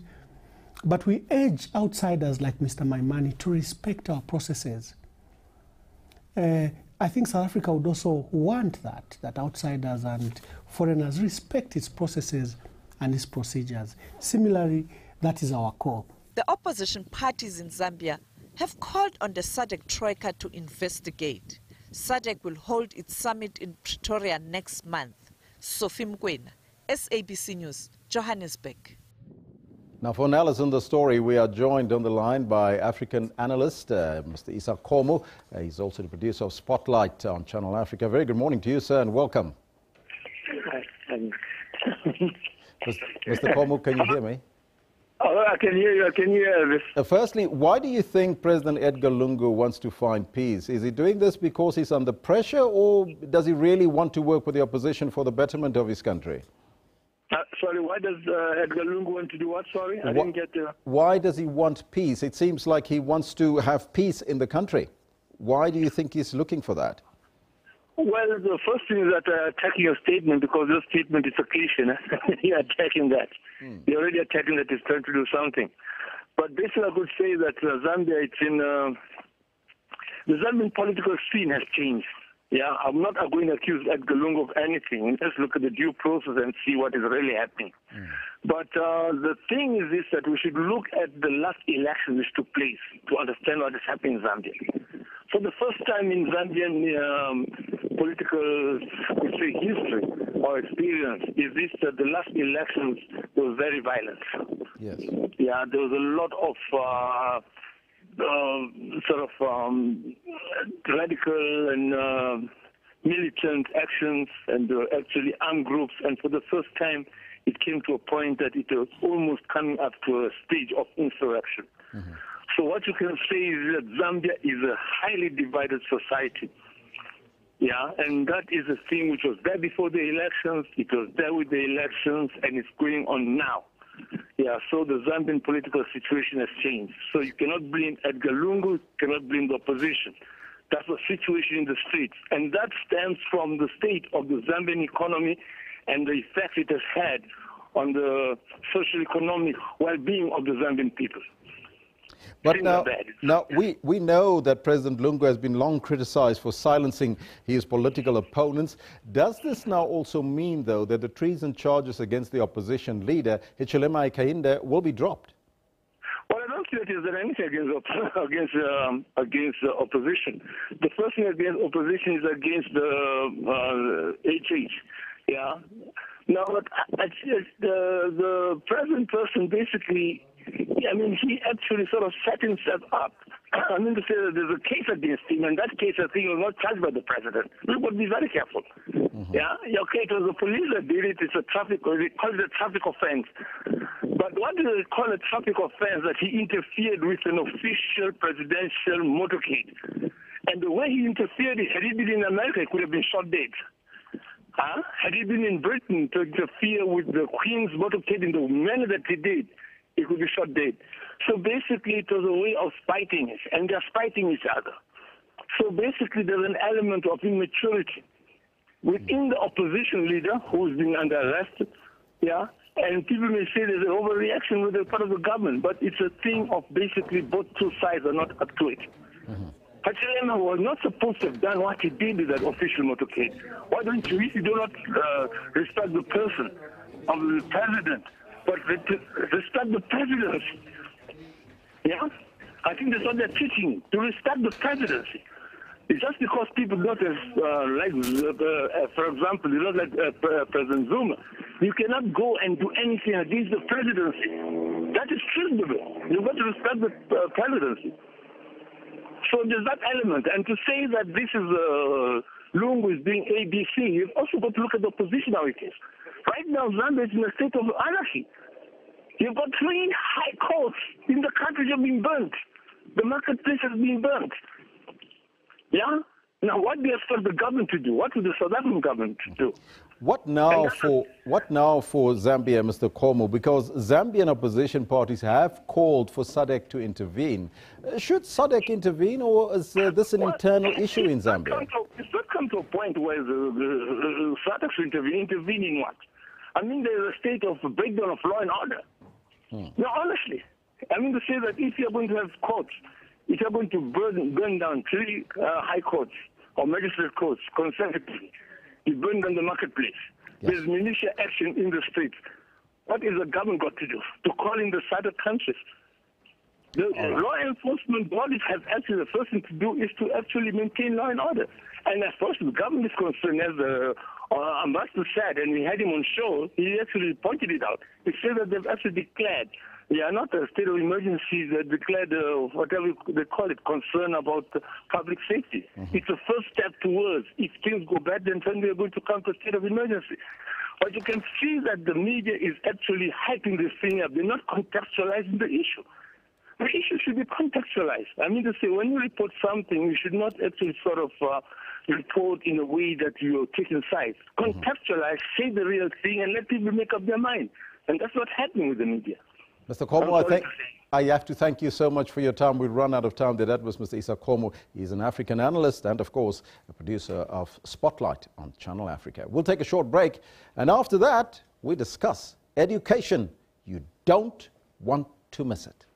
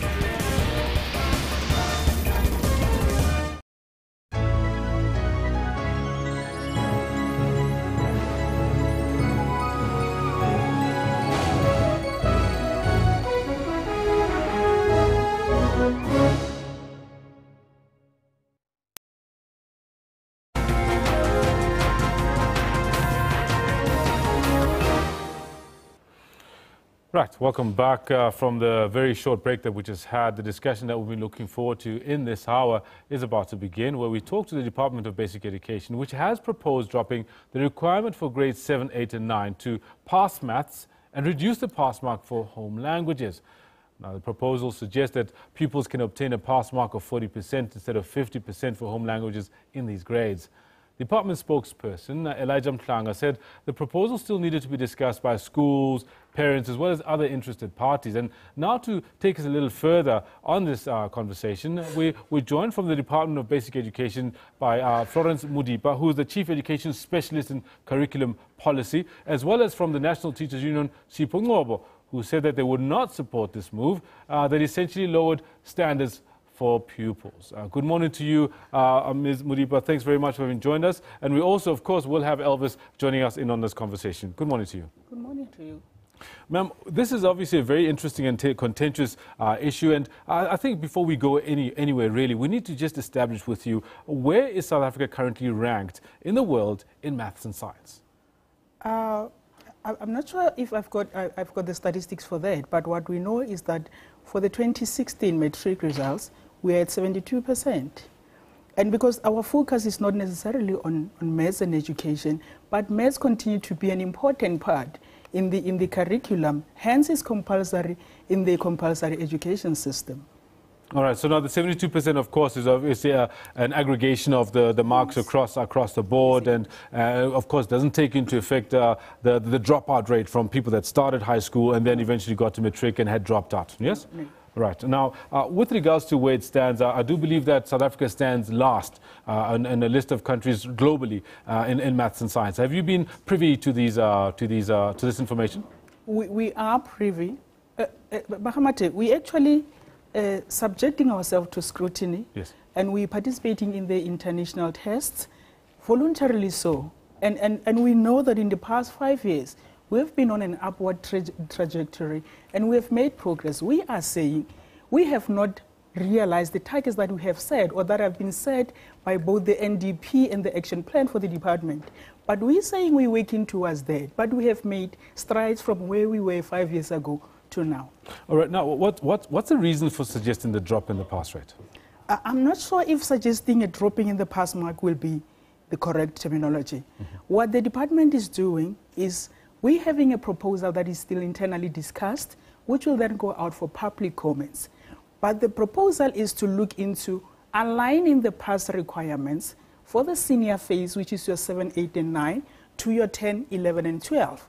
And aligning means looking at how learners are expected to pass in the FET, which culminates into the National Senior Certificate, which currently is our benchmark in terms of how the system is doing. And we're saying, can we look at the requirements? Because if you check the requirements, they're not the same as in the FET. And we've been monitoring the implementation of these pass requirements from 2014 until now. And we have written submission from parents, from teacher union, from other stakeholders who are saying currently, as we are, the requirements in the senior phase have been pitched a bit higher. The intention is good, or the intentions were well, but what now happens is that it has an adverse consequence on the system, and the issue is about having them higher in the senior phase, but in your exit qualification, you actually have them the other way around. So we're saying, let's look into aligning, and we should be very upfront to say, this is not a policy. This is a discussion document emanating from the submissions that we have received from all parties. Let's get it clear. By aligning, we're talking about lowering. We're aligning to the, I don't want to call it, if you say... In real terms, is it lowering or taking higher? We're not taking it higher. You're taking it lower. We're making it similar to the FET. All right. Now, just a question before I hand over to Elvis, who's got some comments as well. Do you believe that through this, we're addressing the needs of this growing economy as well as industry? We are. I'll tell you why, Makhayimache. If you look currently, the way the system is structured is that we do not have what you refer to as your standard grade and your high grade, which will ultimately accommodate everybody. So we are saying the 40 is not a pass requirement, it's a minimum pass requirement. But it does not mean that teachers will teach towards 40%. The curriculum will still be taught at the level that it is, but we're saying, how do you deal with differentiation of curriculum and differentiation of assessment such that every learner is not left behind in the education? So the Basic Education Department says we are addressing the needs of industry and the economy with this proposal. Okay, Elvis? Is it a sense, though, that because there's a lot of concern from parents that we will end up with a generation of children that cannot count? Are you concerned about that? We are really concerned, and I'll tell you where, Elvis. If you look at the system currently, like our SADC counterparts, your Swaziland, your Zimbabwe, your Botswana, and Lesotho, all of us in the compulsory schooling, we offer mathematics. We are doing that. But there is a difference in terms of what kind of a mathematics is offered to everybody. The criticism that we have received is that people are looking at maths, or what people are referring to as pure mathematics, as the thing. But if you look into our SADC region, they're offering a general mathematics for everybody, like we do in the compulsory education. And when this learner proceed to the FET or your 10, 11, and 12, they choose what kind of mathematics they want to offer. You have a technical mathematics, you have mathematical literacy, and you have maths. In other countries, they refer to it as pure mathematics. So we're trying to say maths is important, and maths will continue to be offered. But at what level is this mathematics going to be offered? Remember that not everybody is mathematically inclined. And we're not saying we're not interested. In fact, we're actually responding or working towards the NDB goals in terms of how many learners should pass mathematics in 2030. But therefore, it was changed to math literacy. But before we get into that, I'm going to come back to you with that question. I want to go to Mr. Sipho Ngobo. He is the teachers, the National Teachers Union representing them. Mr. Ngobo, a very good morning to you and welcome. What are your concerns here? And of course, looking at what is being proposed that's on the table right now. Good morning again, and thank you for having me. Let me say, I want to make this simple. The concern we have is of lowering, because I will call it that, is of lowering the pass requirements.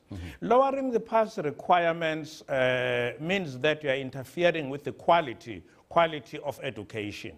To us, that is very problematic, because what it simply means is taking the standard. You are taking the standard to the people instead of taking people to the standard. And we believe that as teachers, we have an obligation to take learners to the standard. And we don't see the department doing that by lowering the pass requirements. And we believe that that is going to be problematic. I'll give you an example. If you lower the pass requirements, regardless of the grade, at the end of the day, you will have people who are of lower quality. Let's take, for instance, two post-matric learners, and they are looking for a job. One comes from an independent or private school, which is not going to be respecting this one. And another one is coming for the ordinary school. If you compare the two, one is coming with 30 or 40%, and the other one is coming with 70%. They're looking for a job. And the thing that is going to happen is, I want the best. If one is producing 30 and the other 70, I will say, no, I need the one with 70. In other words, the one with 30 has already discriminated himself, but it starts here, not by the learner doing that, because they will not be discriminating themselves intentionally. We have a problem with it, and we do suggest that at least rather than doing this, it would be better to make sure that the classes are reduced from what they are. We need smaller classes because our kids need special attention, individualized attention. It would be better if the classes are smaller so that the teacher can have time to attend to each individual learner, give him time and make sure that he or she understands what he should be understanding. And in that way, you will be improving the quality of education. And secondly, there is a problem of the support that is given to schools. And we want to suggest that the subject advisors that are provided by the Department of Education should be people who have experience and people who have knowledge and will be knowing how to support teachers in schools. That is not happening. We don't want people who are deployed because they are comrades. We want people who will be deployed into these positions because they deserve them. If you do that, you're doing the right thing. And lastly, we want to commend the National Minister, Enju Motsaga, who has tried very hard on the third one, which is the development of teachers. Teacher development, it's happening very well in this country, where the department is collaborating with the teacher unions to try and assist the teachers to be of the required standard when it comes to the class. Mr. Ngobo, I just want to go back to the first point that you mentioned, lowering. Now, you heard from the Department of Education sitting here with us that it is not lowering the standard, it is aligning the pass rate. What do you say to that? Do you think it's just semantics? I exactly wanted to say that. To us, it is semantics, because if you adjust the pass requirement and you are adjusting it you are making it lower, you are actually interfering with quality. You are lowering the pass requirement. It is either you adjust it upwards or you adjust it downwards. If you adjust it downwards, you are creating a problem. If you say to me, already you have a problem with the maybe grades 11 and 12, I would say rather look at that and see if it does not need to be reviewed. Because I will say this to you, if you take a brick and you put a brick on the wall, your building, and the brick is skewed, what you need to do is to throw the skewed brick away and take a straight one. You don't say, because it is my hand that took the brick, I'm stuck with this brick, I cannot put it aside. And therefore we are saying, whether you want to say you are aligning it or what, but lowering it is a problem. Let us make sure that we assist the children and make sure that the quality is good. Kendall? Well, you know, very interesting that we're getting all these different comments, and of course we've got lots that we want to cover, especially since we only had very limited time to chat, Ms. Modipa. But before we go any further, something that we needed to check with you on, ma'am, with regards to the list of skills that we're trying to promote going forwards. And I'm sure there's lots that you'd want to respond to in terms of what Mr. Ngobo was saying. And I think I'll give you an opportunity briefly to give us an idea of what your thoughts are on what Mr. Ngobo has just said. Yes, I think I will agree with Mr. Ngobo in terms of having the systematic challenges currently in the education sector, especially on the issue of infrastructure, on the issue of teacher development, which he has attested to that the minister is actually addressing that, even in terms of infrastructure. Over and above, the requirements that the provincial education departments are expected to deliver infrastructure or classrooms to the schools. The minister has launched the ASIDI project. Yes. So the ASIDI project is actually saying, over and above the requirements of the provincial education system, I want to address the issue of classrooms and the issue of quality infrastructure. But we should look into, we cannot compare the independent schools and compare the ordinary schools. I will tell you why. If you're going to do that, then we need to have a standards that we're setting. Because if you're just assessing fruits by virtue of them being fruits without saying these are Abels, these are Granny Smith, these are, that's where I want to go. We understand that every year we are compared to the independent school. It's good because then it keeps us on our toes.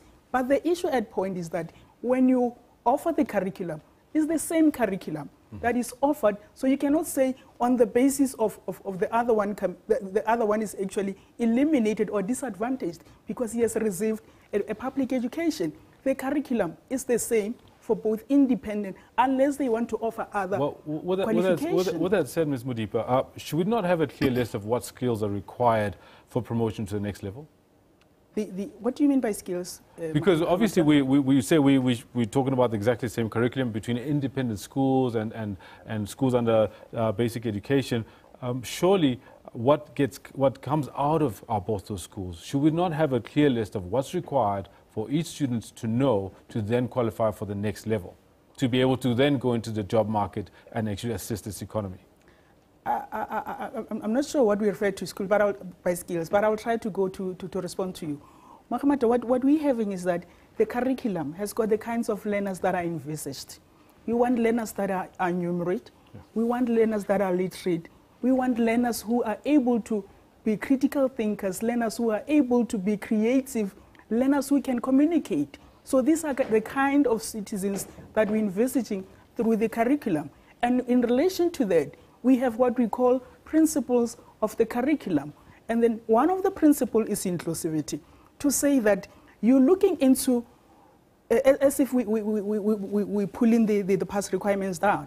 But the issue is that we are aligning, whether it's a semantic or not. I'm very startled that we're complaining about the aligning with the FET, but currently we are okay with the way the FET is. Nobody's complaining about the FET because that went through the public comment and it was approved by a number of stakeholders. So what we're doing is that because currently the NSC is the benchmark for the country, can we then use this benchmark even for the senior phase? That's what we're trying to do. I'm going to hand over to Elvis, but before I do that, just if you can prepare yourself to answer this question in a bit about how lowering the pass rate in home languages fits into the decolonization of our education debate. But I'm going to ask you that shortly. Elvis? Mr. Ngobo, I just want to pick up on your point that you raised earlier, where you have a matriculant from a private school and one from a public school, and you can see the differences. I want to ask you, do you not think that by implementing the lower pass rate or perhaps the leveraging of the pass rate, are we not creating a further gap between rich and poor in this country? We exactly are doing that. I want to say to you that already there is a problem. If you take a learner to a private school, and in fact I do want to say that, you see, the private school, looking at the private school, and looking at the public school is just doing that.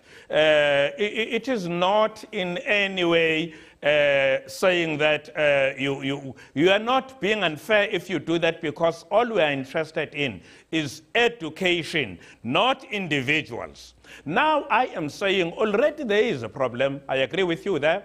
The problem is, first of all, if you take your learner to a private school, what will happen there? They are not going to say he is going to be getting into grade 7. They are not going to admit him in grade 7. They will say, no, no, no, no. Your child has got to go back maybe to grade 6 or maybe grade 5, 1 or 2 grades lower. For that matter. That in itself is a problem. This is going to compound the problem. It is making it even more difficult, because immediately the message that goes out to the people, and it is real, is that if one has got 30% and another one has got 70%, I'm just making an example. You are saying, if you have got 30, you are saying there is more that I don't know. There is 70 that I don't know. I know 30. If you know 70, I know 70, there is more that I know, and there is little that I don't know. So already there is the widening of the gap. All we have to be interested in is to improve the quality of education. And we are pleading with the Department of Education that let us do the best to remedy what is wrong than to try and take, this is some kind of a shortcut. What we need to do is to make sure that we assist the teachers to assist the learners. And in that way, we will be assisting the nation. The nation, South Africa, requires more of people who are good in these subjects so that they can fit well in our economy, which needs very skilled people, especially the scarce skills. Talking about skills, Ms. Madipa, I'm going to come back to you in relation to that. Have you looked, when you made this proposal, have you looked at what the skills requirement of the country is in relation to our National Development Plan, and how will these children with no maths fit into that paradigm? Elvis, what I can say is we have looked into that, and the NDP is actually very clear in terms of that direction. So what we're saying is we're looking into 3 categories of mathematics that we want to offer to our learners. The NDP actually says we should start training towards the technical vocational pathway, and that is what we're doing. But we're doing that in consultation with this union, and we introduced what is called the technical pathway in 2016. Our first cohort will be writing the NSC in 2018. And with those subjects, learners are not compelled. They either take mathematics or technical mathematics, which has been designed specifically for learners who are following the technical or vocational pathway. And in relation to learners who want to follow, currently we only have 2 pathways for learners who are exiting the education system. You have got technical, and then we have got academic. But we know, Elvis, that not all these learners that we're training will ultimately go to universities. Some learners will want to do other things that are not offered by the university. But are we going to then push them towards a direction where we say, all of you must pass mathematics? We have mathematics in the compulsory schooling.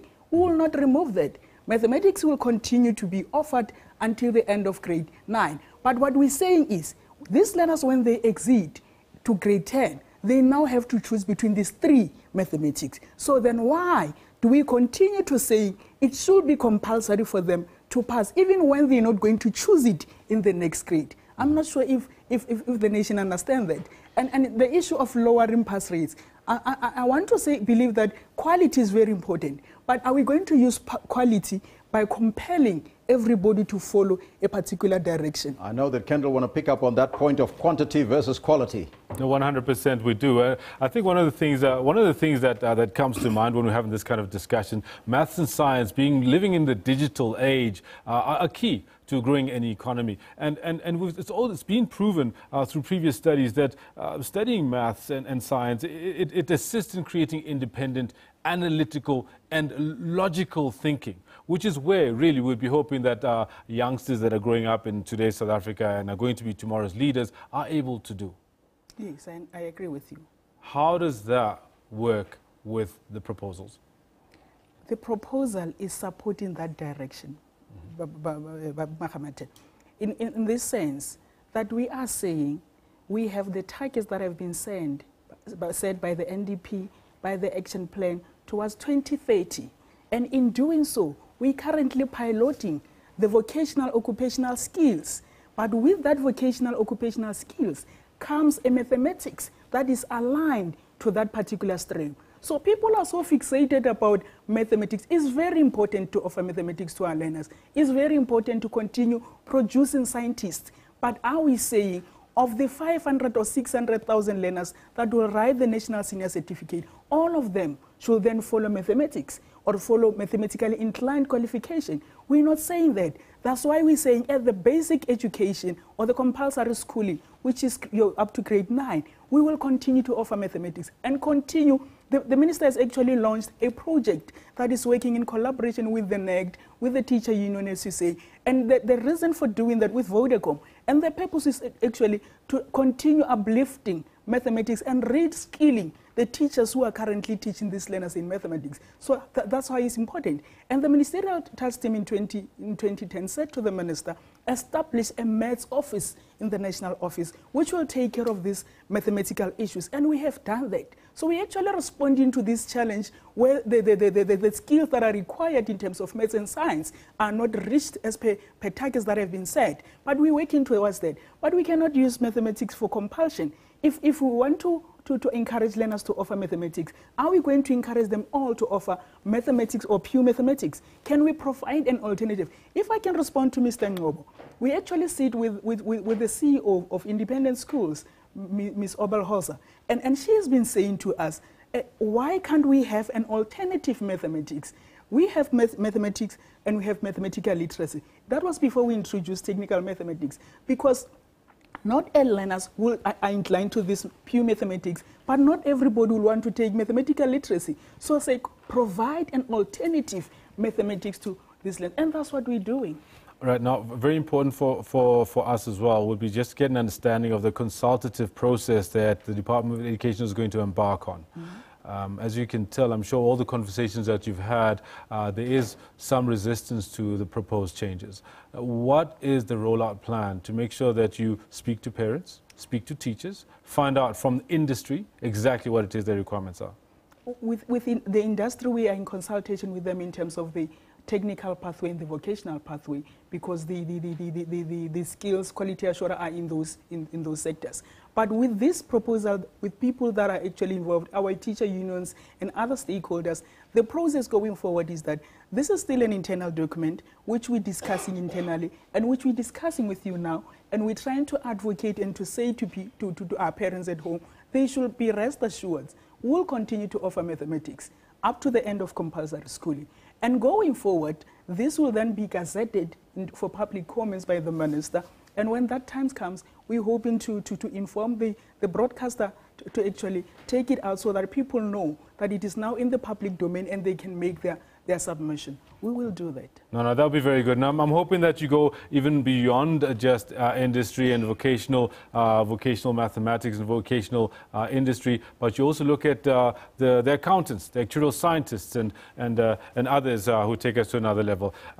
Ms. Florence Mudipa, thank you very much for having joined us. We're hoping that you'll be open to staying on a little bit longer so we can carry on this conversation, because there's lots to cover, as well as Mr. Ngobo. Elvis, what do you think about that? Mr. Ngobo, if you can hold on for us, we are just going to take sports quickly, and we'll be coming right back at the top of the hour. We'll continue with this discussion. There's two burning issues that I still need to clarify.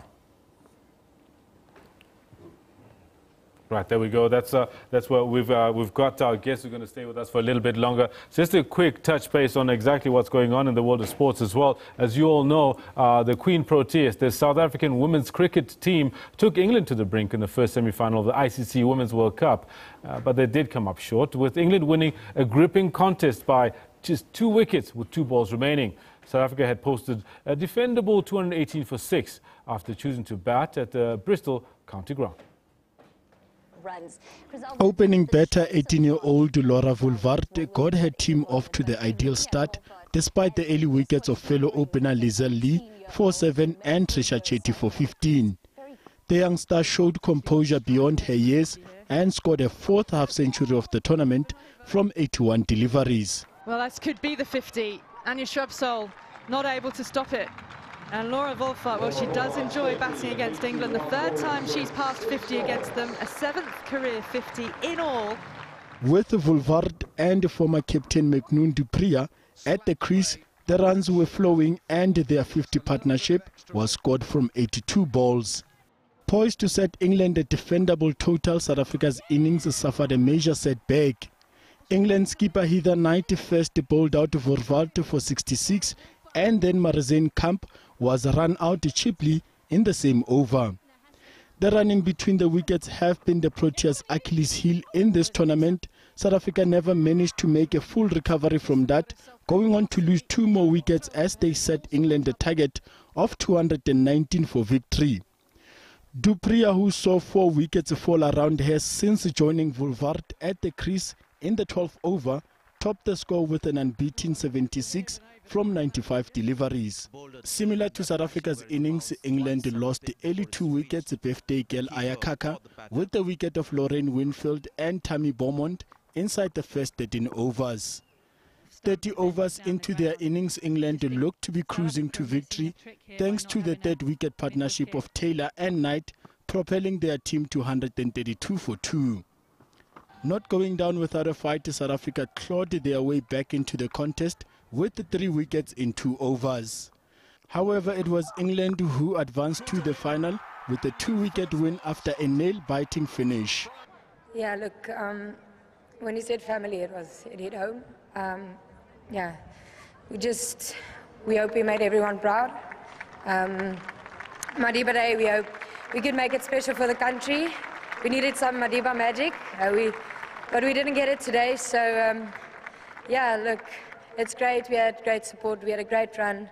I don't think a lot of people thought we would be here, and it's testament to the hard work that the team put in. England will play the winner of the 2nd semi-final between Australia and India. Joseph Mohali, SABC News. And that's what we've got time for you in terms of the sports for this particular bulletin. Riveting discussion we've had, and there's more riveting news to bring to you. Elvis? Thank you, Kendall. But here's breaking news for you. Breaking here on Channel 404 on the Newsroom. Suspended acting CEO of the SABC, James Aguma, has resigned. He was facing a number of charges, including breach of employment contract and dishonesty.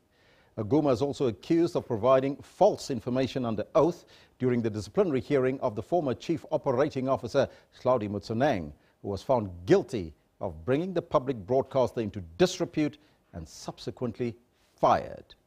Aguma's disciplinary hearing was due to continue today in Sandton, north of Johannesburg, but it has since been abandoned.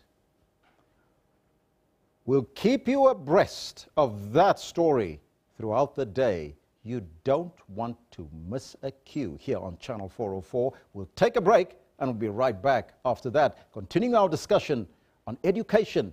It's your child's future. You have to stay tuned.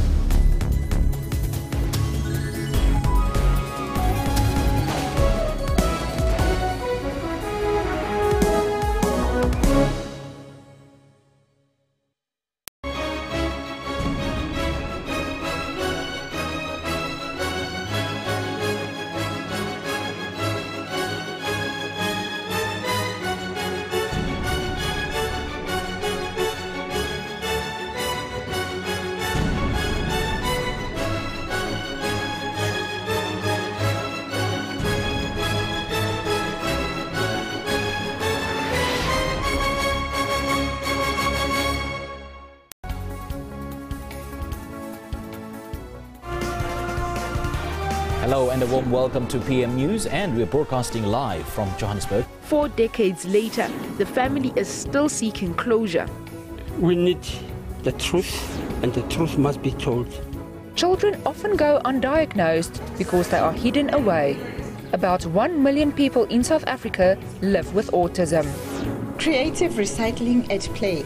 Mosaic has been around forever. I just had to find a new, fresh way to put, and a new spin to put on it. So I decided, why not recycled cans? Stay tuned to PM News for all your news updates every Saturday and Sunday from 1500 hours.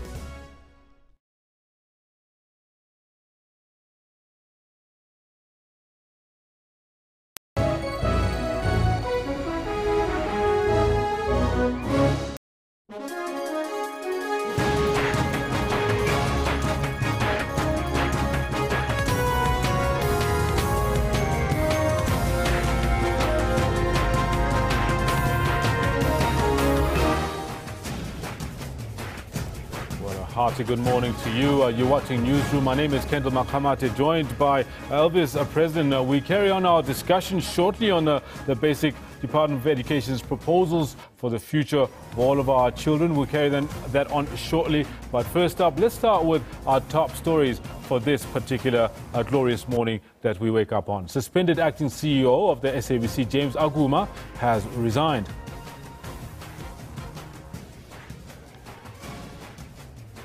And then in other news that is headlining today is all eyes are on Social Development Minister Bathabile Dlamini to see whether she'll announce a new SASSA CEO following the sudden termination of Thokozani Magwaza's employment.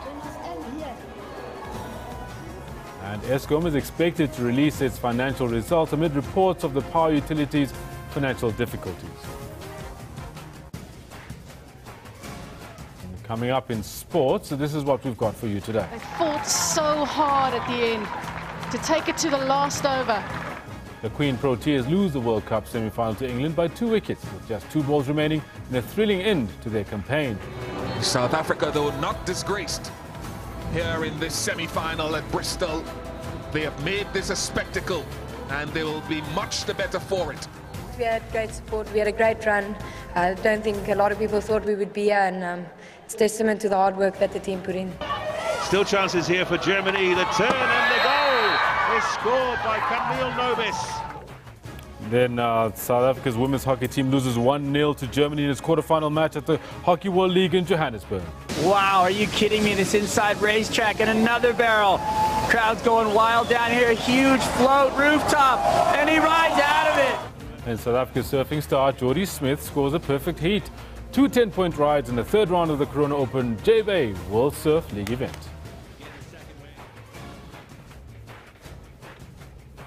Right, welcome back. You're watching Newsroom. We start with the breaking news where suspended acting CEO of the SABC, James Aguma, has resigned. He was facing a number of charges, including breach of employment contract and dishonesty. Aguma is also accused of providing false information under oath during the disciplinary hearing of former Chief Operating Officer Hlaudi Motswene, was found guilty of bringing the public broadcaster into disrepute and subsequently fired. Aguma's disciplinary hearing was due to continue in Sandton, but it has since been abandoned. Chairperson of the disciplinary hearing, Taking Madima. Right, now, all eyes will continue to be on Social Development Minister Bathabile Dlamini today. This is to see if her office will announce SASSA CEO Thokozani Magwaza's replacement. The sudden termination of Magwaza's employment was announced through a statement on Monday. The Social Development says an agreement had been reached after a consultative process led the head of legal services to make these announcements. Opposition parties have raised concerns over Magwaza's sudden resignation. And Eskom will release its financial results today. This follows the announcement of a new investigation into the embattled power utility. Speaking at an energy conference in Sandton yesterday, Public Enterprises Minister Lynn Brown announced that she'd asked the new interim Eskom board to conduct short-term investigations and report back to her with recommendations. Eskom was forced to deny that it was facing bankruptcy at the weekend after media reports suggested it would be unable to pay salaries by November. The power utility has also been hit by the damaging scandal over former CEO Brian Molefe. It has come under scrutiny recently after leaked documents put it at the center of allegations of improper dealings in government contracts with the Gupta family. And of course, the conversation that we've been having with the Department of Basic Education with regards to the proposal to drop requirements for grade 7 and 8 and 9 pass marks and reducing the pass mark for home languages. We've been in discussions with basically the department itself, which has also been giving us its take on the matter, as well as the NAFTU with coming and joining us from Durban. Now, we come back to that conversation, ma'am, and we've got Florence Mudipa in studio with us and Sipho Ngobo in studio in Durban with us, and we'd like to check with you, ma'am, in terms of the conversation and where we are going with this. The question that I was hoping that we'd get an answer to and kick off with now is with regards to the debate around the decolonization of our education. Making a clear break from colonial education going into the future. How does dropping the pass mark for home languages fit into that debate? Kendall, if we are to be honest, the home language is very debatable, because some learners who are offering home language, they're not necessarily offering their own home language. So when you talk about home language, you're talking about home language in terms of curriculum offering, but you find that that home language is not necessarily the home language for the learners, especially for the majority of the learners who continue to receive their education in the independent schools, in the former Model C schools. Home language is not their home language. So what we're saying is, currently in the FET phase, we have got learners required to attain the certificate with one language, which should be at home language, and with a minimum, not maximum, but with a minimum of 40. That is to respond to the Sustainable Development Goal, to say, let's make education inclusive of everybody. Teachers will not be teaching towards 40%. That's what I said. The curriculum will not be streamlined further down or watered down. The curriculum will remain as it is. But what we're saying is that, given that we have monitored the system since 2014, and we have realized where the challenges are, and that the result has said to us that in the senior phase, you have got a bottleneck of learners. Most of these learners, Kendall, they pass all of their subjects, but fail mathematics, and they are meant to repeat the subject. But when they finally pass the grade 9 and move to grade 10, these learners do not offer mathematics. Are we doing justice to these learners by keeping them in the grade for a subject that they will not offer in the next grade? We're saying let's discuss that. We're not saying it's a policy. We say let's look into how we are addressing this issue. Because if you keep these learners there, you are going to have a problem of dropouts. We do not want to have that. We say every learner is a national asset, and we don't want to lose them in the education system. As you can see, we've got some of the responses to this conversation coming through from some of our viewers. Musa, for example, talks about how our programs should be implemented and not taken away to improve. Ask the children. We might find the answers there. I'm sure you've been in conversations with all sorts of different stakeholders, and then, as you said, the rollout will happen. You're still going to give us detail on how we can expect to see it beyond the gazettes. I know that Elvis has also got one or two points that he'd like to make on the matter. Now, Sitsaba says on the Twitter handle that he disagrees 100%. Maths is not easy, but we need practice only. Mr. Ngobo, I'm going to come to you on that. You heard the department indicating that there is maths, there's maths literacy, and there's going to be alternative. Do you agree with the vision for that in order to make sure that we have a higher pass rate of children going through these grades? Brother Elvis, let me say this to you. You see, let us not take the easy route out. You are speaking to a maths teacher. I know that my kids failed maybe for about 2 years. They were not doing well. And it was a trend in schools. I changed something in the approach. As a teacher, and learners were also approached the subject differently. I ended up with distinctions in that school. I'm not speaking about myself, Elvis, but what I am trying to say here is that here is an example, living example, of learners who first failed. It was just a trend. They were failing to pass mathematics, but all of a sudden things changed. It's not a miracle. Let us give proper time to this and teach the right thing the right way.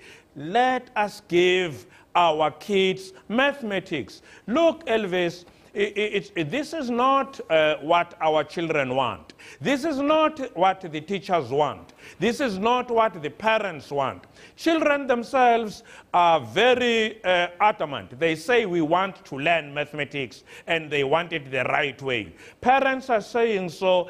Everybody, the community is saying so. Let us try and remedy the problem rather than taking the easy route. I am firm on saying we can do better. Doing better, I listed some examples at the beginning. One of them was reducing the class size and paying due attention to learners. I know what it means to pay attention to the groups of, for instance, 5, 5, 5, which means if you reduce a class, you will find good time to pay to individualize your teaching. It's better. It's the learner that we are trying to improve qualitatively. And we want to take that to the next level. We want engineers, we want all sorts of things that you can think of. Our learners are capable. Let us give them the right thing, please. Mr. Ngobo, that sounds very good, but it almost sounds like utopia, because the current crop of learners that we have and the schools that we don't have enough schools, we don't have enough classrooms. But what is the solution? Let me go to Ms. Modipa. Now, you heard what Mr. Ngobo was saying, but I want to check with you, is that a reality, or perhaps a possibility is the correct word, where we can pay more attention to the learners in order to make them understand maths before we lower the maths, or even the pass rate for that matter? And is the intention of the department not to just increase the numbers of students going through school, then the quality of the learners at the end? I don't think, Elvis, that is the intention of the department. In terms of access, we have done very well. In fact, we are rated amongst the highest in terms of having access to schooling. We have achieved that. We're no longer worried about that. We're worried about quality. And I agree with Mr. Ngobo. We do not just want to push learners, but we just do not want to push learners through the systems that will not work for them.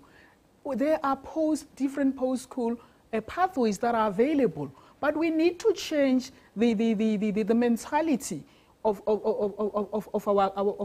most of our country, the parents especially, because we have been brought up to believe that if you do mathematics, you are actually very intelligent. And that somebody who is doing, for example, history or so on, is not that so intelligent. The difference between the two is that one is inclined towards mathematics and not everybody is inclined. That's why we have some provisos in relation to learners who cannot do mathematics at all. There is that kind of an disability which is called miscalculia. We cannot shy away from reality. I agree with Mr. Ngobo. We need to improve the results. We're working towards quality. But is quality equated with mathematics? What quality are we talking about? Quality simply says we need to ensure that these learners are performing at their ultimate or above their own ability. All learners can perform if they are given the right tools. But are all learners really wanting to become scientists? That's the question we need to ask. I agree with Mr. Ngobo that we need to ask our learners. We have involved learners. In fact, this proposal was first presented at the ELRC, where the student representatives are part of that meeting. And we're expecting their inputs. We're not going to do it without them, because we cannot be able to know what they want and the direction in which they want to, because they are the future generation. We agree in context. But where we're differing is that, can we provide an alternative? We're actually in conversation with the higher education in terms of saying, given the kind of learners that we want to produce or that are envisaged by this curriculum, what kind of teachers then do we need who will assist us in reaching our goal. We are in conversation with that. The issue that Mr. Ngobo is raising in terms of teacher development is a valid point. The issue of having manageable classrooms, that is a valid point. We're working towards that. I know people say we've been working towards that for about 20 years, but I don't want to bring the conversation that we're actually 20 years against how many years. But what we're saying is that the system is actually responding to these challenges. And we are not saying, under no illusion that we don't have challenges. We agree we do have challenges, but we're trying to respond. And one of the challenges that we're having is this bottleneck or dropout in the senior phase. And the results have said to us, and teachers are saying, they find it very difficult to actually have a learner who's getting high numbers, 70, 80 in all other subjects, except in mathematics in the senior phase. And because of that requirement, and we say, learners should be retained. We don't want to relax the requirement such that we have learners passing through. That's not the intention, because, excuse me, if you check in the National Senior Certificate or your grade 12, these learners have got 3 categories of pass. You have got learners who are having a school living, learners who will be admitted to higher certificate, learners who will be admitted to diplomas, and learners who will be admitted to higher education institutions. So given these vast post-school pathways that are available, can we then say we're subjecting our learners in the senior phase to the same pathway? I really think it's very unfair. Quality of the teachers is one of the things that Mr. Ngobo mentioned. I'm going to ask you both the question, though. Do we have the prerequisite of teachers in this country to make sure that we have these quality learners that you are also concerned about? I'll let Mr. Ngobo respond Mr. to Ngobo, that, and I'll respond later. Look, Elvis. Yes, sir. Elvis, hello? Yes, sir, I can hear you. You can go ahead. Elvis, what I would say is that we do have the quality we need, quality of teachers we need. Yes, they are not sufficient. I have already said, you see, there is no miracle here. I have already said that if you take the teachers that we have currently and we do the right thing in terms of approach, in terms of the class size, that is a remedy, I assure you. I assure the nation, I assure everybody, that is the right remedy to get the kids go through this subject, mathematics. There are no qualms about it. Reduce the class size, assist these teachers who are currently there, give them support. For instance, the support of the subject advisors, right subject advisors, people who know the subject, then we will definitely get there. Ms. Madiba? With regard to the subject advisors, there is a guideline in terms of the roles of subject advisors and who should be appointed on the subject advisors. But I will really leave that to the provincial education departments, because teachers and subject advisors are mostly employed by provinces, although there is a national criteria in terms of the appointment of that. On the issue of class or classroom sizes, we agree that some classes are actually unmanageable for teachers. And hence I said to you that there are strategies or interventions that the minister has come up with regard to your RCD project and so on. And there is Funza Lushaka in terms of shortages of teachers. That we have got the Funza Lushaka Bazar scheme, which the purpose is to actually attract those the new teachers or the new candidates who will actually go and teach in areas where your normal teacher wouldn't want, or your seasoned teacher will not want to go to teach there. So this Bazar actually affords these learners, they enter into a contract with the department, and when they complete, they are placed, they don't apply. They are placed in areas where the department think there is a need. So we're actually trying to address that, but we're working toward that. But you've seen the tweets that we are receiving us here in studio, Ms. Modipa. Let's take a look at some of those tweets and what people are telling us, because they're very concerned. A lot of the tweets coming through thus far are suggesting that we are in trouble. This one from Modlokwakwe says, where are they going to take the 40% to? I agree with Elvis. We're killing our future generation. Give them 60% at least. We also have Mystic Man coming in and say, how dare this government can be willing to compromise basic education to this level? I give up. Someone take me to the Republic of Rhodesia. This one coming from Liesle says, why not equipping or employing as many skilled and qualified teachers? Our pass rate is already low. I like that one from Liesle. Dipansu says, South African education is losing its credibility every day. Are we going back to Bantu education? And this one from Onuka says, that will affect the standard. It will compromise the quality. Don't drop the grades. And that's most of it that we have received so far, Ms. Modipa. We have to close off shortly. You must just indicate to me when, because there's still a lot to be discussed. So, gentlemen, please let us know. But let me get back to you, Mr. Ngobo. You've mentioned reduce the class size, equip the teachers. But how do we move forward from this particular proposal? Have you been consulted on the proposals moving forward? We are, Elvis. We have a very good minister. She consults. But let me say this to you, brother. You touched on the nerve, a very important issue. There is an issue of, let me put it simple, finances. You see, we are considering the financial aspect more than what we want to get at the end of the day. If we are serious about building this country, we need to invest more. Yes, all the time you will hear people talking about education, for instance, getting the highest budget when compared to the others. Yes, it should be so, but actually education needs more than what it is getting right now. That is going to address, among other things, the issue of the class sizes. If we want the right output at the end of the day, we need to do that. But let me touch on this one again. You see, the issue of the 9 provinces. In this country, it is now going to be like you have 9 countries, 9 South Africas. One coming up with his own initiatives and the other one coming up with something different. That is problematic. Concurrent powers in education are really problematic. We are urging that there be a relook at this thing, because what happens in KwaZulu-Natal is different from what happens in Gauteng, different from what happens in Mpumalanga, and so forth.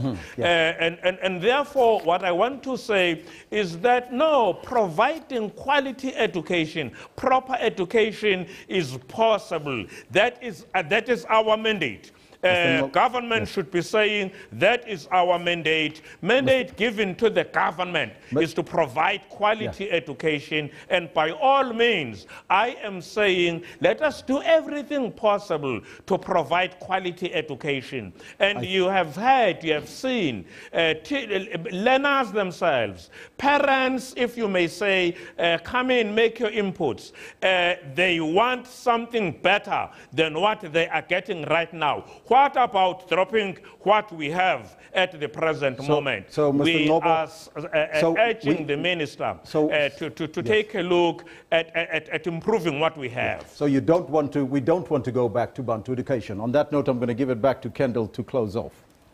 Thank you very much, Mr. Sipho Ngobo from the National Teachers Union, SIPO. Ngobo speaking to us there. Ms. Modipa, your closing thoughts on this matter? I really agree with Mr. Ngobo on a number of issues. But in closing, Kendall, I will say that if the DG was here, he will tell you that the past administration dealt with the issue of access, redress. And the focus going forward is quality and efficiency. But it does not mean aligning is dropping the standards. I always say to people, what do we mean by standards? And what standards do we say we're dropping against what standard? Currently, the exit qualification minimum it is at that level. So we are saying, let us align. But we're not saying it's policy until the minister makes a determination and promulgates this after the consultation. That we're going to listen to people. If people are saying that is the wrong way to go, we will say then how do we deal with this issue that we want to address? Ms. Florence Modipa, thank you very much for your thoughts. Definitely need to talk a whole lot more with you. The Chief Education Specialist Curriculum Policy, Ms. Florence Modipa from Basic Education, chatting to us on a very hot topic. Elvis? A very hot topic indeed, and even a hotter topic if you want to stay in the light and get the light. Eskom is currently releasing its financial results. Let's go there live. We recognize and acknowledge that the leadership stability and the governance assurance are essential if this has. In the past week, the board conducted a two-day induction section where we review the annual integrated results and recognize the strides made by the executive management in stabilizing and re-energizing Eskom business for long-term sustainability and the results that will be published here today. The company has achieved above-target financial performance over the past year, despite a challenging external environment.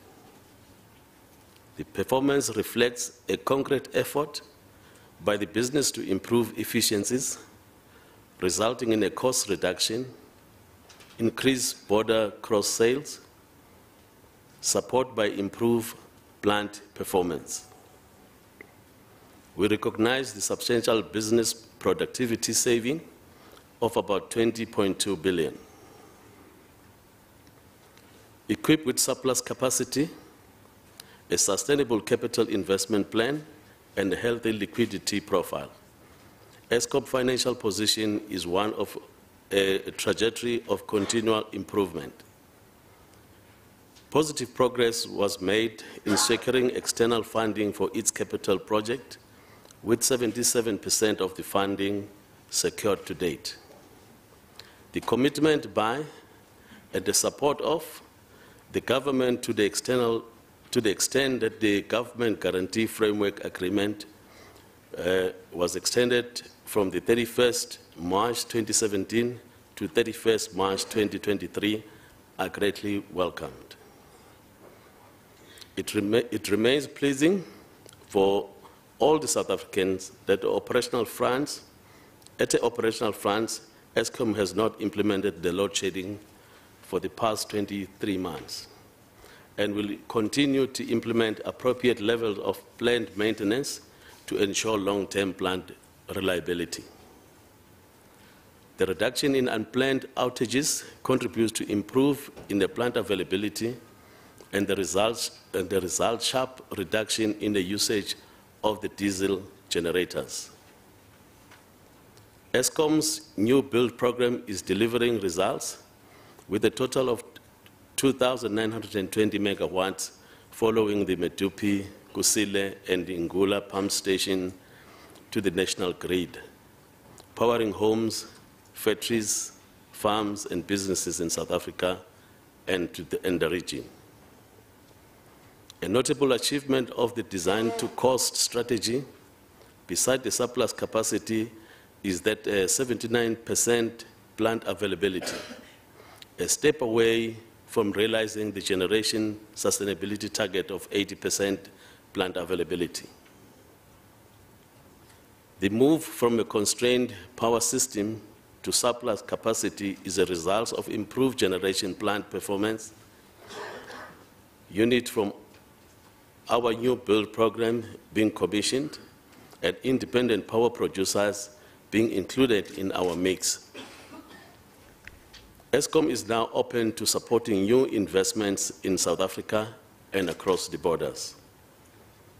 Additionally, noteworthy achievements that have gone under the radar in the media include the 207,000 South Africans who have for the first time been connected to the grid and can experience the comfort of electricity as Eskom accelerated its electrification program, including more than 100,000 South Africans whose lives have been positively enriched through the company's corporate social investment initiatives.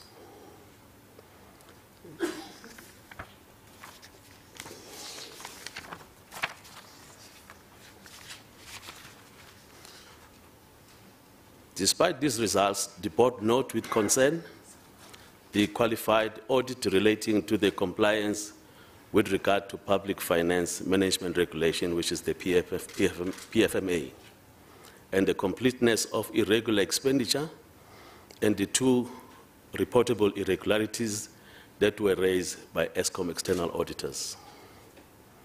It's worth noting that the board has taken adequate steps to the satisfaction of the auditors that irregularities have been mitigated to an acceptable level.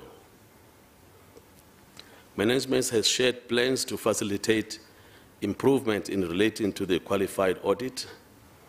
The board has impressed upon the executive team that issues raised will demand special attention and oversight going forward. I would like to talk to a few matters that have been of interest.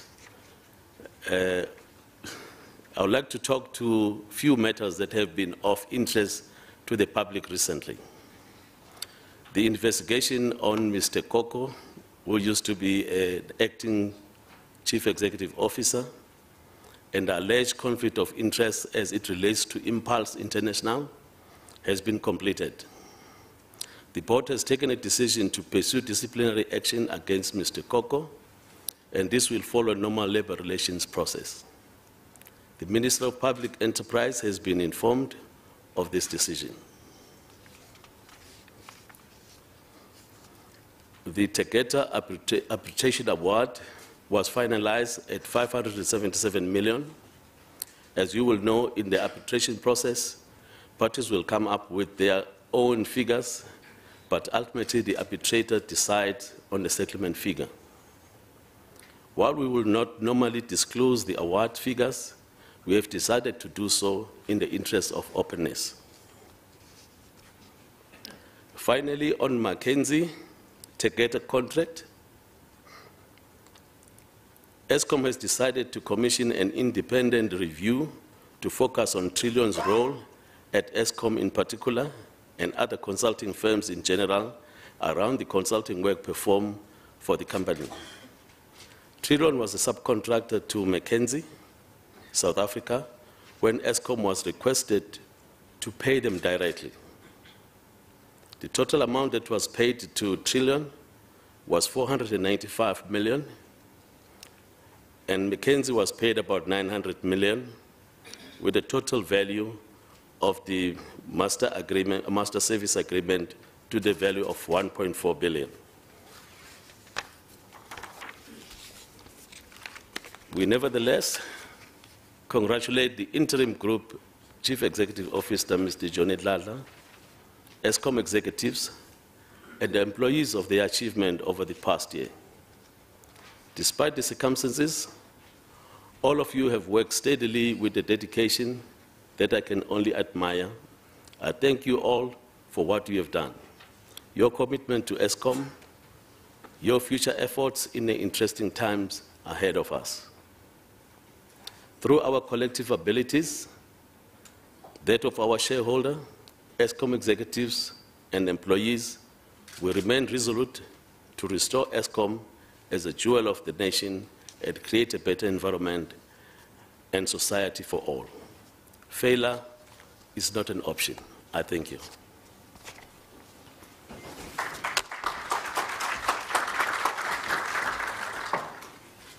Well, thank you so much, Chair.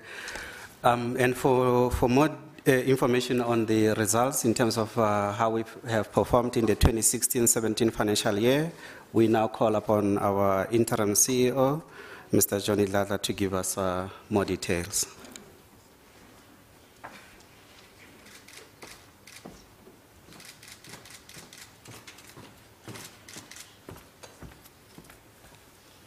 Good morning to everyone. Good morning. Colleagues, it gives me pleasure to welcome all of you, and thanks to the program director, Kulu, chairman of the Eskom board, Mr. Koza, members of the Eskom board who are present here today, the Deputy Director General of DPE, Ms. Makola Makololo, the Chief Executive Officer of NESA, Mr. Chris Foley, officials of the Department of DPE and DOE who are here, members of the media, Eskom executives and staff, ladies and gentlemen. I just thought, before I kick off with the results, this is first public appearance. And I was telling my colleagues that there's normally a return policy on products after 21 days. So I've been in the job for 21 days, and I thought to myself, maybe I just have to redeem myself to check if I need to continue and if the buyer is still happy with the product. So I'm sharing with yourselves what we've been doing in the past 21 days. I'll kick off just by sharing with yourselves what I've observed in the organization, and also sharing with you some of the actions I've taken so far. I believe that business deals with its headwinds, and that in itself makes it's a determiner of its future success. And most importantly, it also assures us of sustainability. When looking at these results, we're talking about numbers of the previous year, but it will also help to give comfort in terms of where are we as an organization, and if there's any reason to worry moving forward as an organization. The results will reveal how we are positioning ourselves to emerge from the current challenges, and also sharing with you how we're planning to move towards the future. Our Honorable Minister and the shareholder representative, Ms. Lynn Brown, on my appointment, she handed me and the board an unambiguous focal areas, which included, amongst others, leadership cohesion within Eskom. She also emphasized on contract management. She highlighted her concerns around coal procurement and the conflict of interest. She expects nothing else but unvarnished appraisals and performance across all the stated areas. I must also highlight the fact that the board's own focal areas, by and large, reinforces these areas that the minister has highlighted. My commitment is without any shadow of doubt, and to this end, with all the requisite support that I've received, I can comfortably state that I will strive to meet those expectations with our shareholder representative.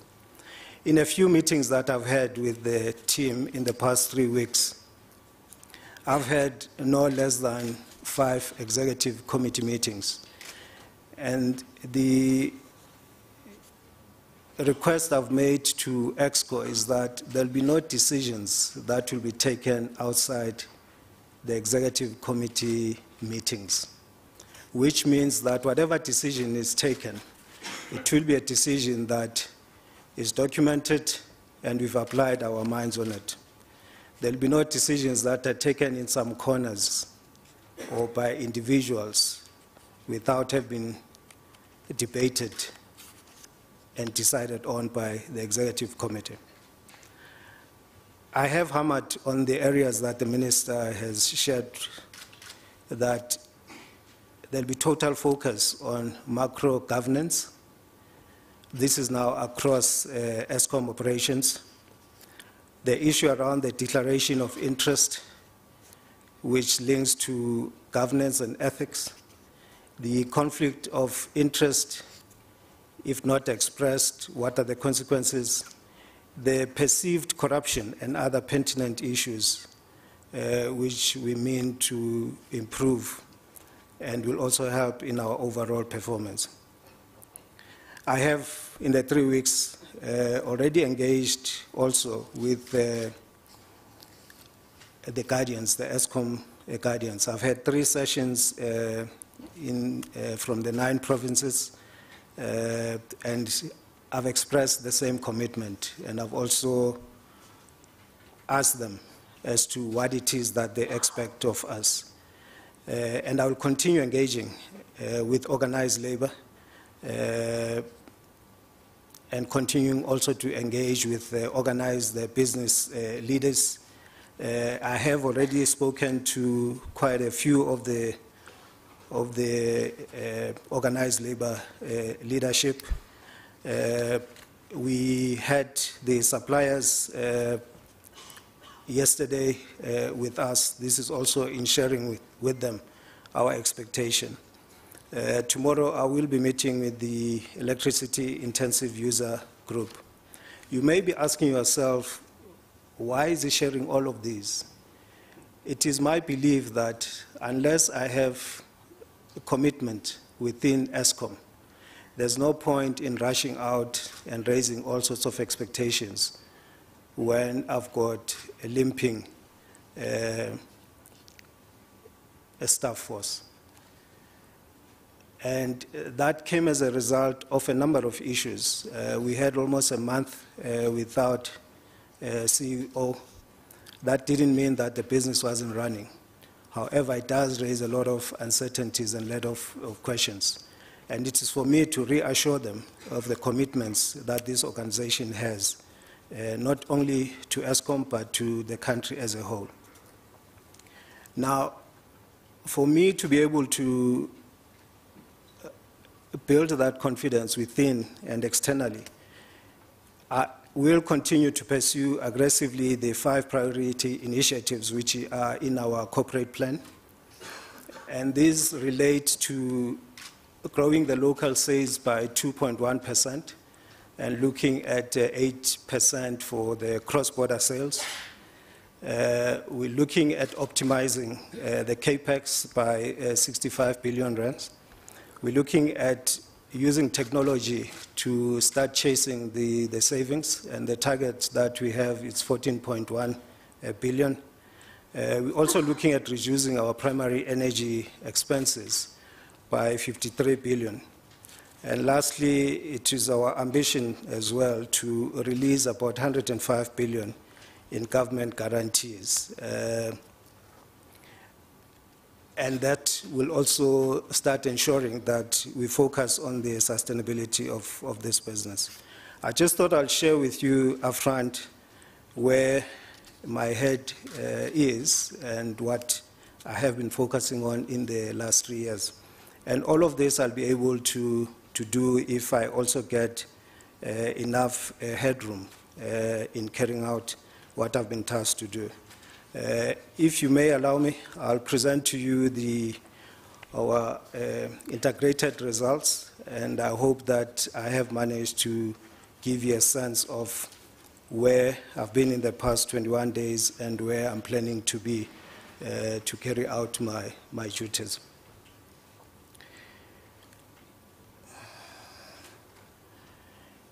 Our results, I'll be covering 4 areas, actually mainly 3. This is the overview of the year that has gone past, and I'll also look at the financial performance, and then the operating performance.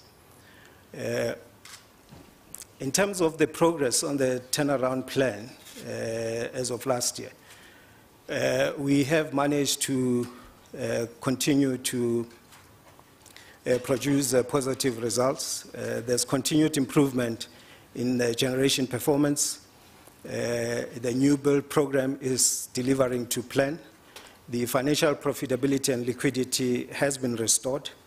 The surplus capacity currently exists and is projected to grow steadily over the next 3 years as we deliver on our build program. If you look at the financial performance, there has been an increase of 14.4% on the EBITDA. We achieved an EBITDA of 38 billion rand against the target of 30 billion.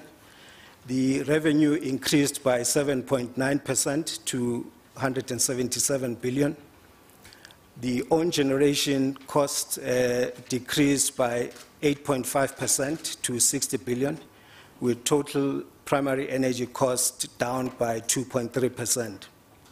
The cash generated from operating activities, it increased by 23.1% to 46 billion.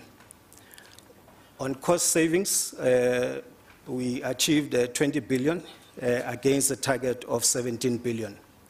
53% of funding for 2018 has been secured.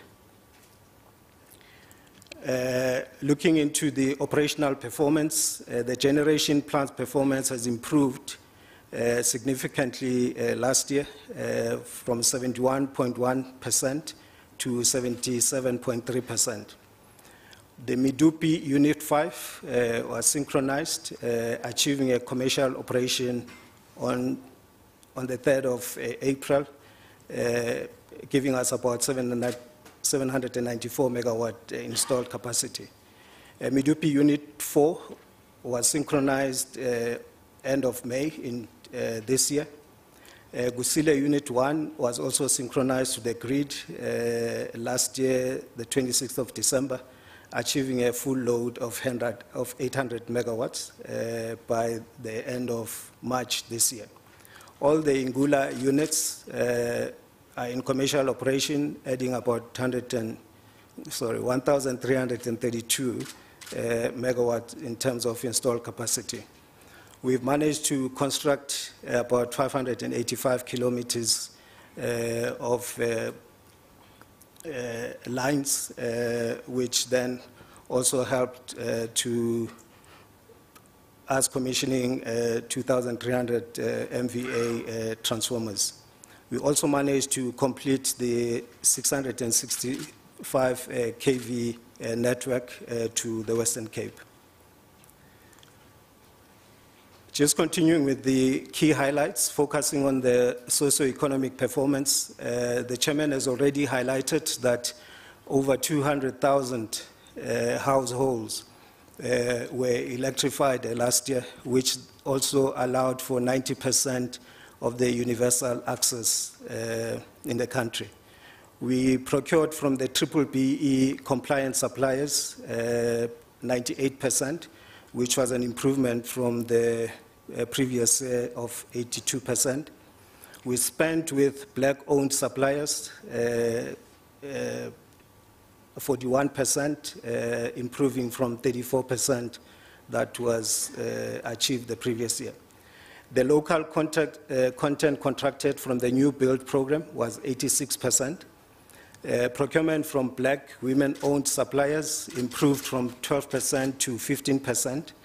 The employment of female employees in senior management positions increased from 28% to 37%.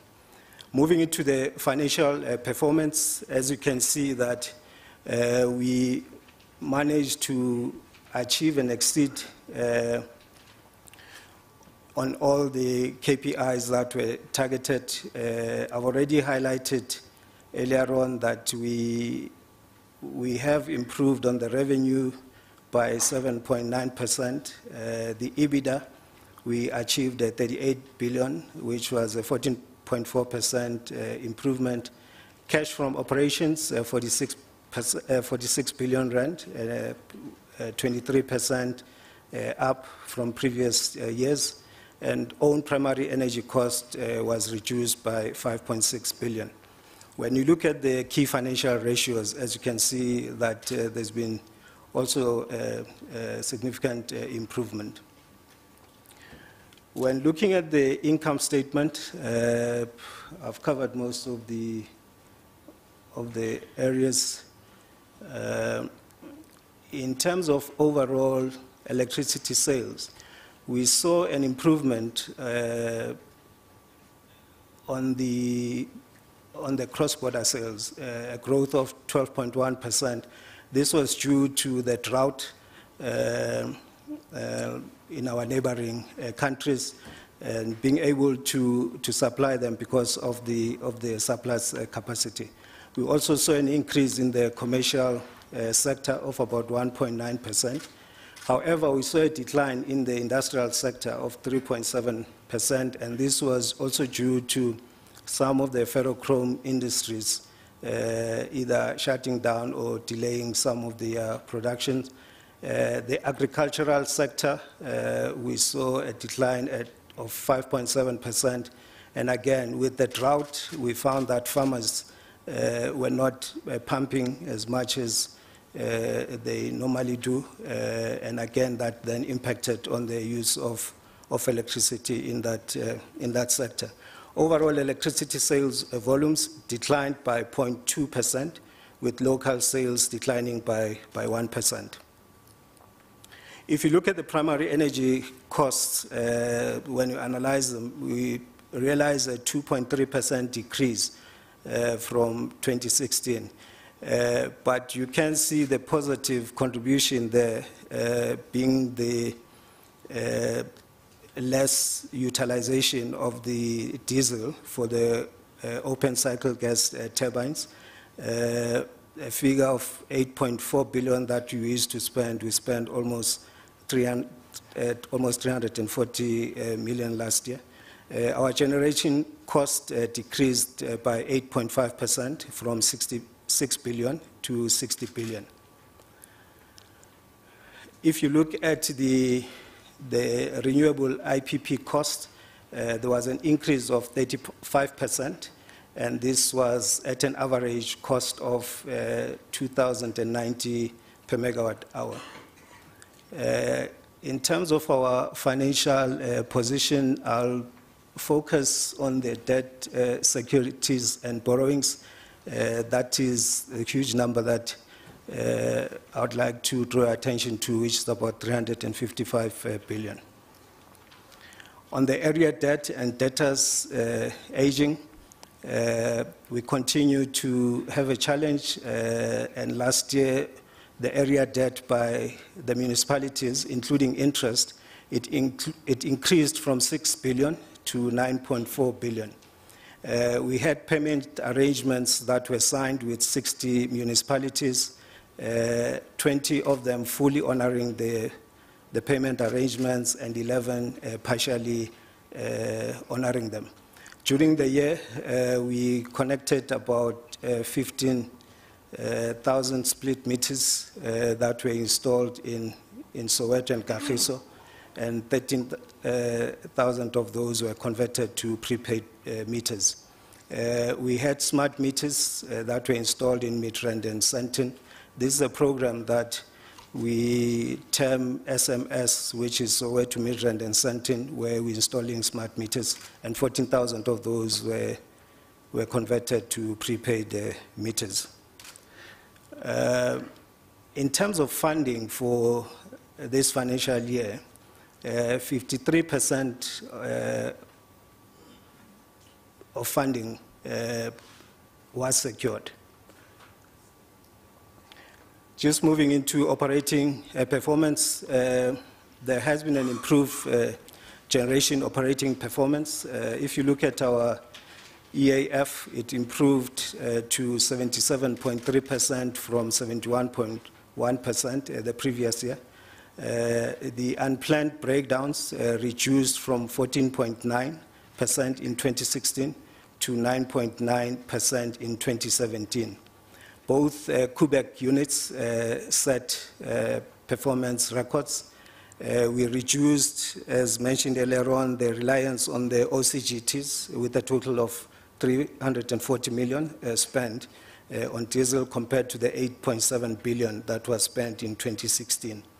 There's been a total of 13.2 million tons coal transported by rail. This is in line with the previous year. Since inception, a total of 5,027 megawatts of IPPs were connected to the grid, with 3,110 of renewables. In terms of network performance, transmission performance for system minutes, it also showed improvement, which was less than one of 3.8 minutes against a target of 3.8. No major incidents occurred during this year. The distribution network performance measured in terms of SAIFI and SID remains within the acceptable limits. In terms of the new capacity being brought to my left for the financial year 2015 to financial year 2017, 3,020 megawatts were commissioned since 2015 and 9,157 megawatts commissioned since 2005. For the financial year 2018 to 2022, we have 7,970 megawatts to be commissioned over the next 5 years during that period. Some other key operational performance in terms of our safety performance, the LTIR, which excludes the occupational disease, it worsened from 0.27 in 2016 to 0.28 in 2017. This, however, was still within the target. Be as it may, we are aiming for zero harm to our people, our contractors. So whatever the figure is, if there's still somebody that is hurt or there's fatality, that for us, it's not what we are aiming for. In terms of the fatalities, we had employee and contractor fatalities. That was reduced, but one fatality is one too many. So we continue to focus on safety. For the relative particulate emissions, we improved to 0.30 kilogram per megawatt hour sent out. On the water consumption, we've reduced to 1.42 liter per kilowatt hour. Moving into the area that has been a concern for a long time within Eskom, that of our assets being either vandalized or cables being stolen. This has been classified as a high-value crime that we are targeting. We were successful last year to achieve almost 235 arrests of those individuals that were found to be committing the crime. Progress was also made in terms of arresting the syndicates that are targeting the Eskom network and infrastructure. Still continue on the operational performance. Looking at the socio-economic, we spent about 225 million on our corporate social investment, and this has benefited about 842,000 beneficiaries, which compared to the previous years, this has been up by 178%. Procurement from the BBBE compliant suppliers as a percentage, we achieved 98.3%. If you look at the procurement that was achieved using the local content, we achieved 73.4% compared to the 75.2% the previous year. I've already highlighted the number of homes that were connected last year. In terms of human resources performance, 2.9% of our employees are people with disability. This is still a challenge, and we're focusing on improving on this. And speaking to organized labor, this is one also area that we are expected to be helping people living with disability. And it's a focus that for quite a while, it's not going to be out of our purview. In terms of racial equity in senior management, we achieved 65.8%, and in professional and middle management, achieved 73.5%. There's been good progress made with gender equity in senior management of 36.6%, and in professional and middle management of 36%. In conclusion, I'd like to reiterate my opening remarks that what I'll be pursuing and pushing quite aggressively is ensuring that there's cohesion at a leadership level within Eskom. This will start addressing a number of issues that we've been faced with within the organization. What we intend doing is also making sure that the design to cost strategy, which informs our corporate plan, it's driven quite aggressively, because those targets that I was sharing with yourselves, unless there's a focus on that, it may just become a nightmare for us. But strongly will be also focused on governance, ethics, and accountability from all areas within the business. I'll continue engaging with the stakeholders, both within and outside Eskom, which will also help in terms of being second-guessed or people having perceptions about certain activities that are not properly communicated, both within and outside the organization. We'll continue to improve our communication as well, because at times that's what leads to speculations and a whole host of things being written if there's no one accessible to engage with people that require information from our side. I'd like to conclude on this slide and trust that I have managed to share with you the history of what happened last year and sharing with you where we're going as an organization. Thank you very much.